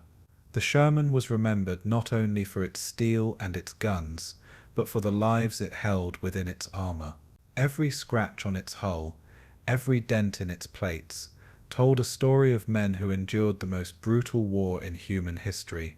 They laughed, feared, bled, and persevered in a space smaller than most bedrooms, where death was always just a shell away. Their courage was not in the machines they drove, but in their willingness to climb inside them day after day. The human side of the Sherman was not mechanical. It was flesh and blood, grit and friendship, fear and resilience. And it was this human heart that truly made the Sherman the workhorse of war. When the guns of World War II finally fell silent in 1945, the Sherman tank did not fade into obscurity. Instead, it began a second life, serving in dozens of armies across the globe for decades to come. The sheer number of Shermans produced ensured that vast stocks remained, and for nations rebuilding their militaries, it was an affordable, reliable, and proven weapon. From the Americas to Asia, from the Middle East to Europe, the Sherman became the backbone of armored forces in the early Cold War.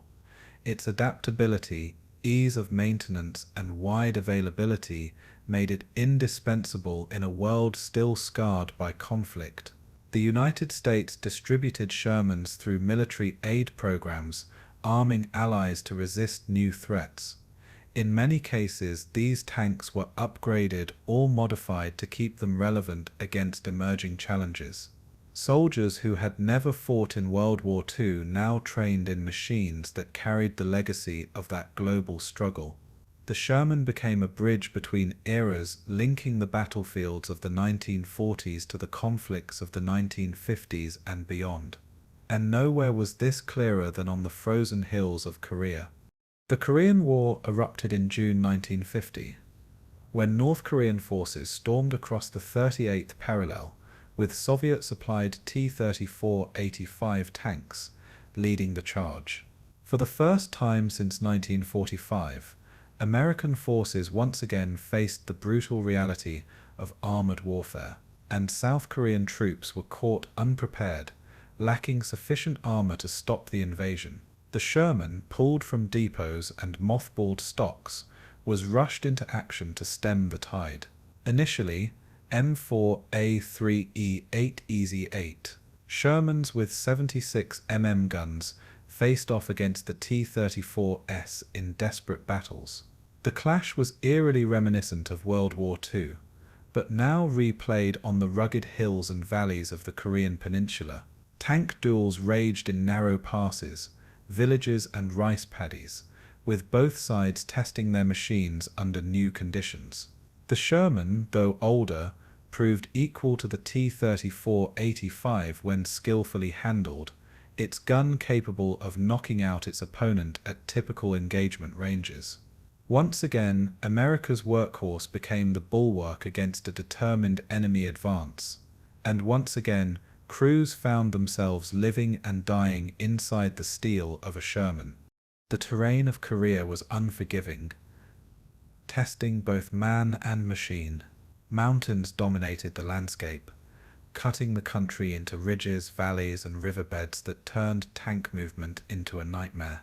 Roads were few and often little more than dirt tracks, which quickly devolved into mud under the weight of armor and monsoon rains.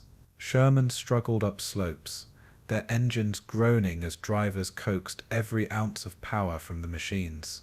Crews frequently used winches, bulldozers, and sheer ingenuity to move tanks across terrain not meant for armored warfare. Engagements often took place at close range, with tanks firing from one ridge into another or ambushing each other in narrow passes. Infantry coordination was essential, as both sides used mines and hidden guns to blunt armored thrusts. For Sherman crews, Korea was a reminder that terrain could be as deadly as any enemy. Yet the tank endured, proving once more that reliability mattered most in prolonged campaigns. And in the grueling hills of Korea, endurance was everything.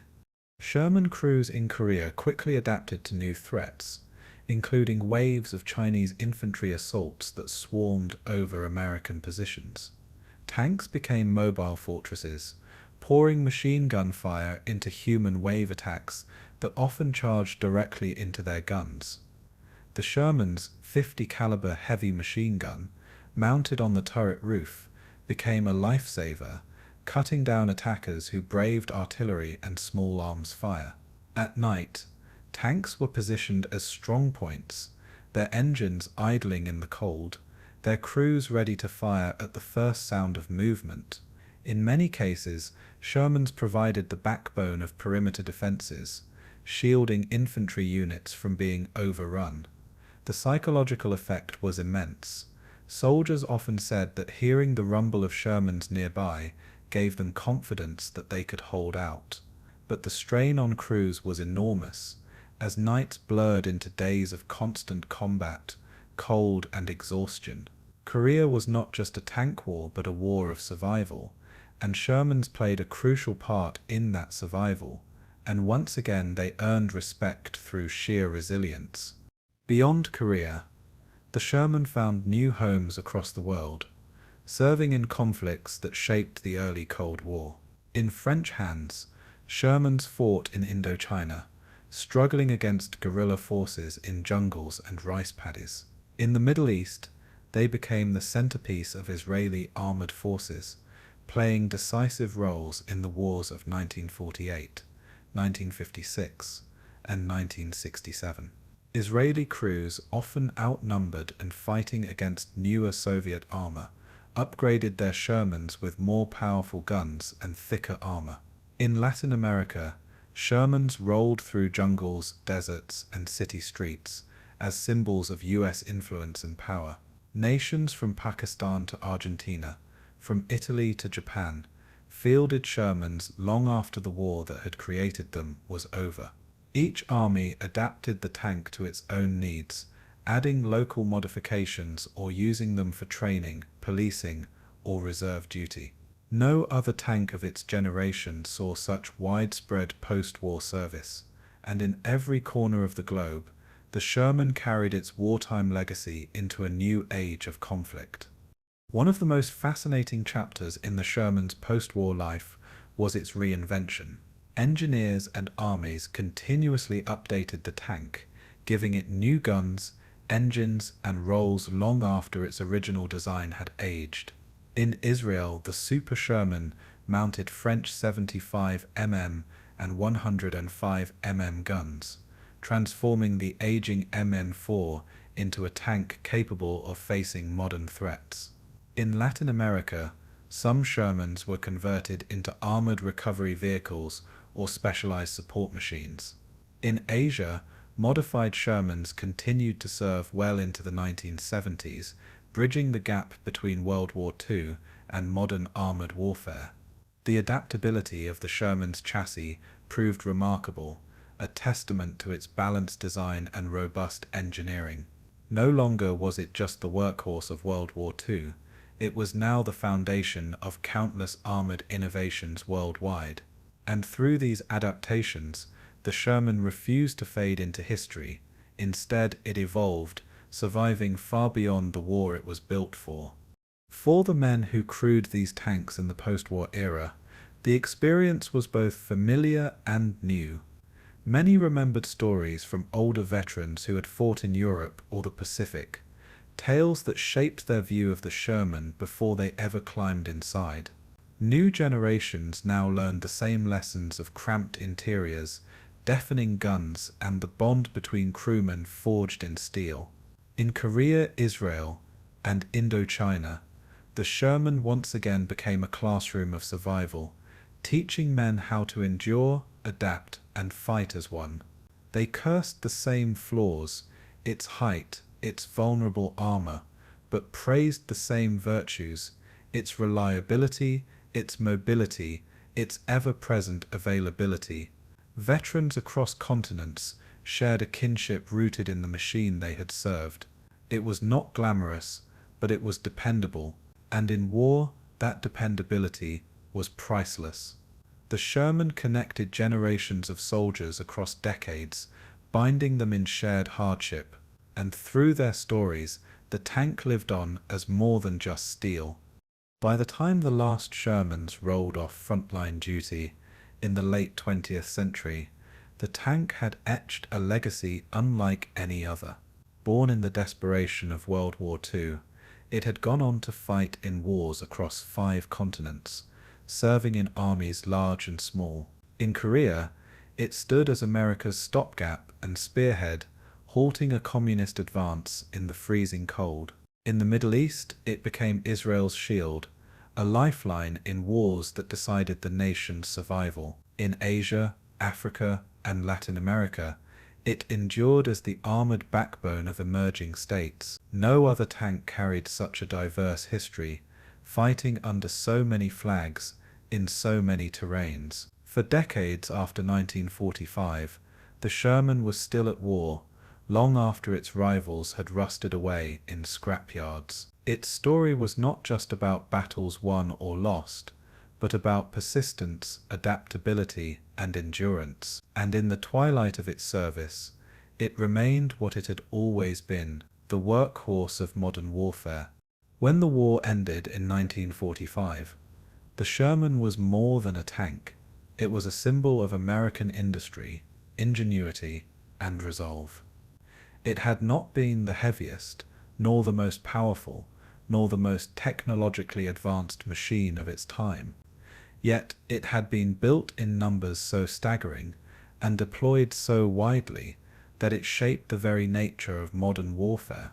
Its tracks had rolled across deserts, mountains, forests, and cities, leaving behind a trail not only of battles fought, but of nations liberated. It embodied the arsenal of democracy, the transformation of factories into forges of steel and fire. For the men who fought in them, it was both a prison of fear and a chariot of survival, carrying them through the darkest hours. For commanders, it was the instrument that turned strategy into victory, enabling offensives that crushed the Axis from every direction. And for the world, the Sherman became the face of American armor. Its legacy was written not in perfection, but in persistence. Yet myths and realities have always wrestled for dominance in the Sherman's memory. Critics often pointed to its vulnerability, the haunting image of tanks bursting into flames after a single hit, earning nicknames like Ronson or Tommy Cooker. They compared it unfavorably to German Tigers and Panthers, machines of terrifying strength that seemed to dwarf the Sherman in armor and gunpowder. But this narrative ignored the greater truth that wars are not won by a handful of superior tanks, but by armies supplied, maintained, and reinforced in overwhelming strength. For every Tiger, there were dozens of Shermans. For every German division, there were Allied armies equipped and moving forward with industrial momentum. In numbers, reliability, and adaptability, the Sherman was unmatched, and those qualities mattered more than duels between single tanks. Veterans themselves often defended the machine, insisting that while it was not invincible, it was good enough to win when used with skill. The myth of inferiority has endured in popular memory, but history tells a more balanced and more profound story. The Sherman's influence extended far beyond its wartime record. It became a blueprint for what an effective tank should be: reliable, adaptable, and easy to produce in vast numbers. Its design philosophy shaped post-war armor, where mobility and logistical support often outweighed sheer size and firepower. Modern tank development owes as much to the lessons of the Sherman as to those of heavier German machines. Armies learned that a weapon's true measure was not how it performed in theory, but how it could be built, deployed, and kept fighting under real battlefield conditions. The Sherman proved that flexibility mattered, spawning countless variants from flamethrowers to amphibious models, from command tanks to mine clearers. Its chassis became the foundation for engineering innovation across decades. Even in the Cold War, when new generations of tanks took the stage, echoes of the Sherman's design philosophy remained. It was not just a weapon of World War II, it was a turning point in the evolution of mechanized warfare. The cultural memory of the Sherman is as varied as the nations it served. In America, it became the icon of the GI War effort, appearing in films, newsreels, and post-war parades as a symbol of victory.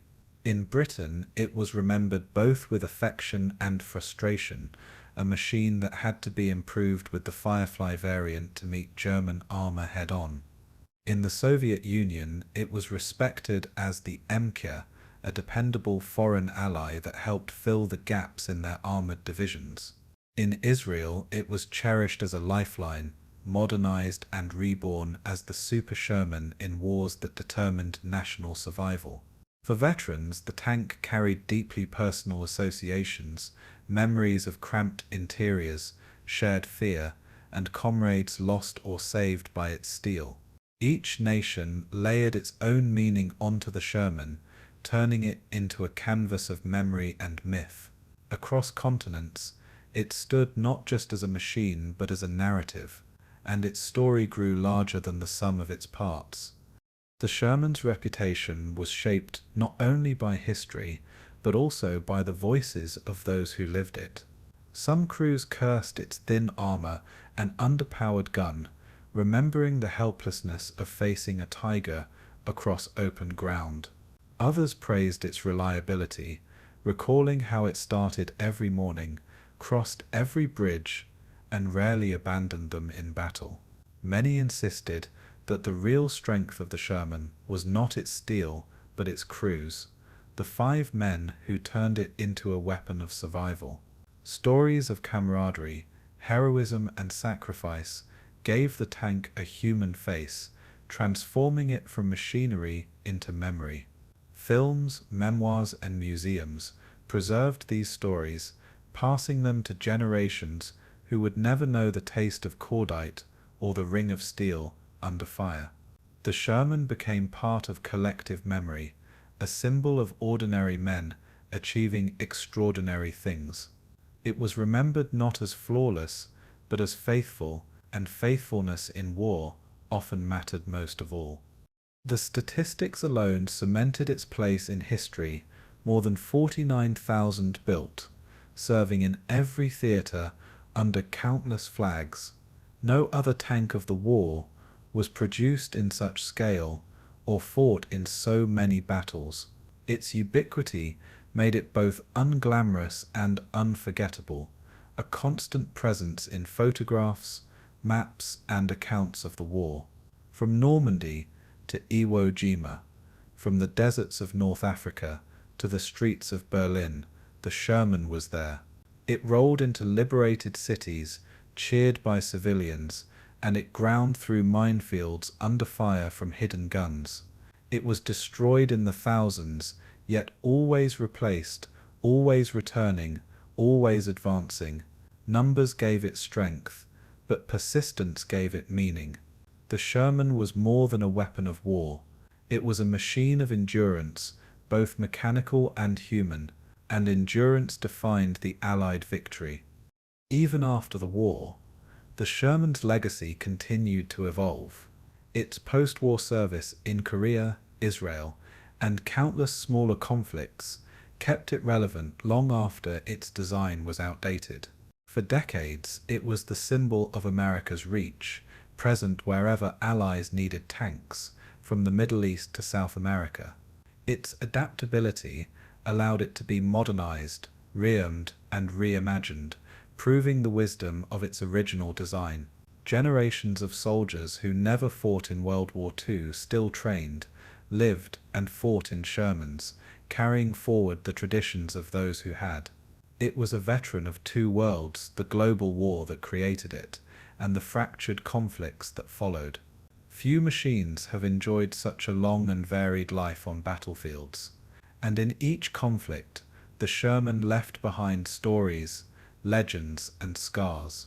It was not a relic, but a survivor, and survivors shape history as much as victors.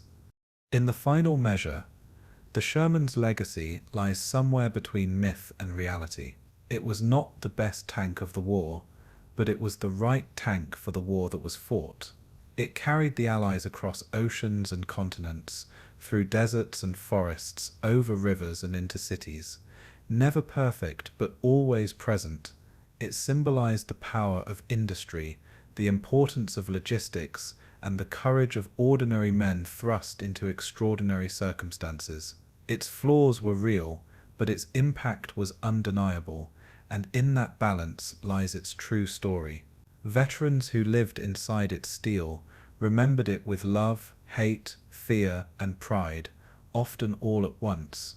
Historians continue to debate its strengths and weaknesses, but the fact remains, without the Sherman, the war would not have been won in the same way. Its tracks carved the path of victory, not in glory, but in persistence. And that persistence, more than anything else, defines its legacy. The Sherman was not a legend because it was perfect. It was a legend because it endured.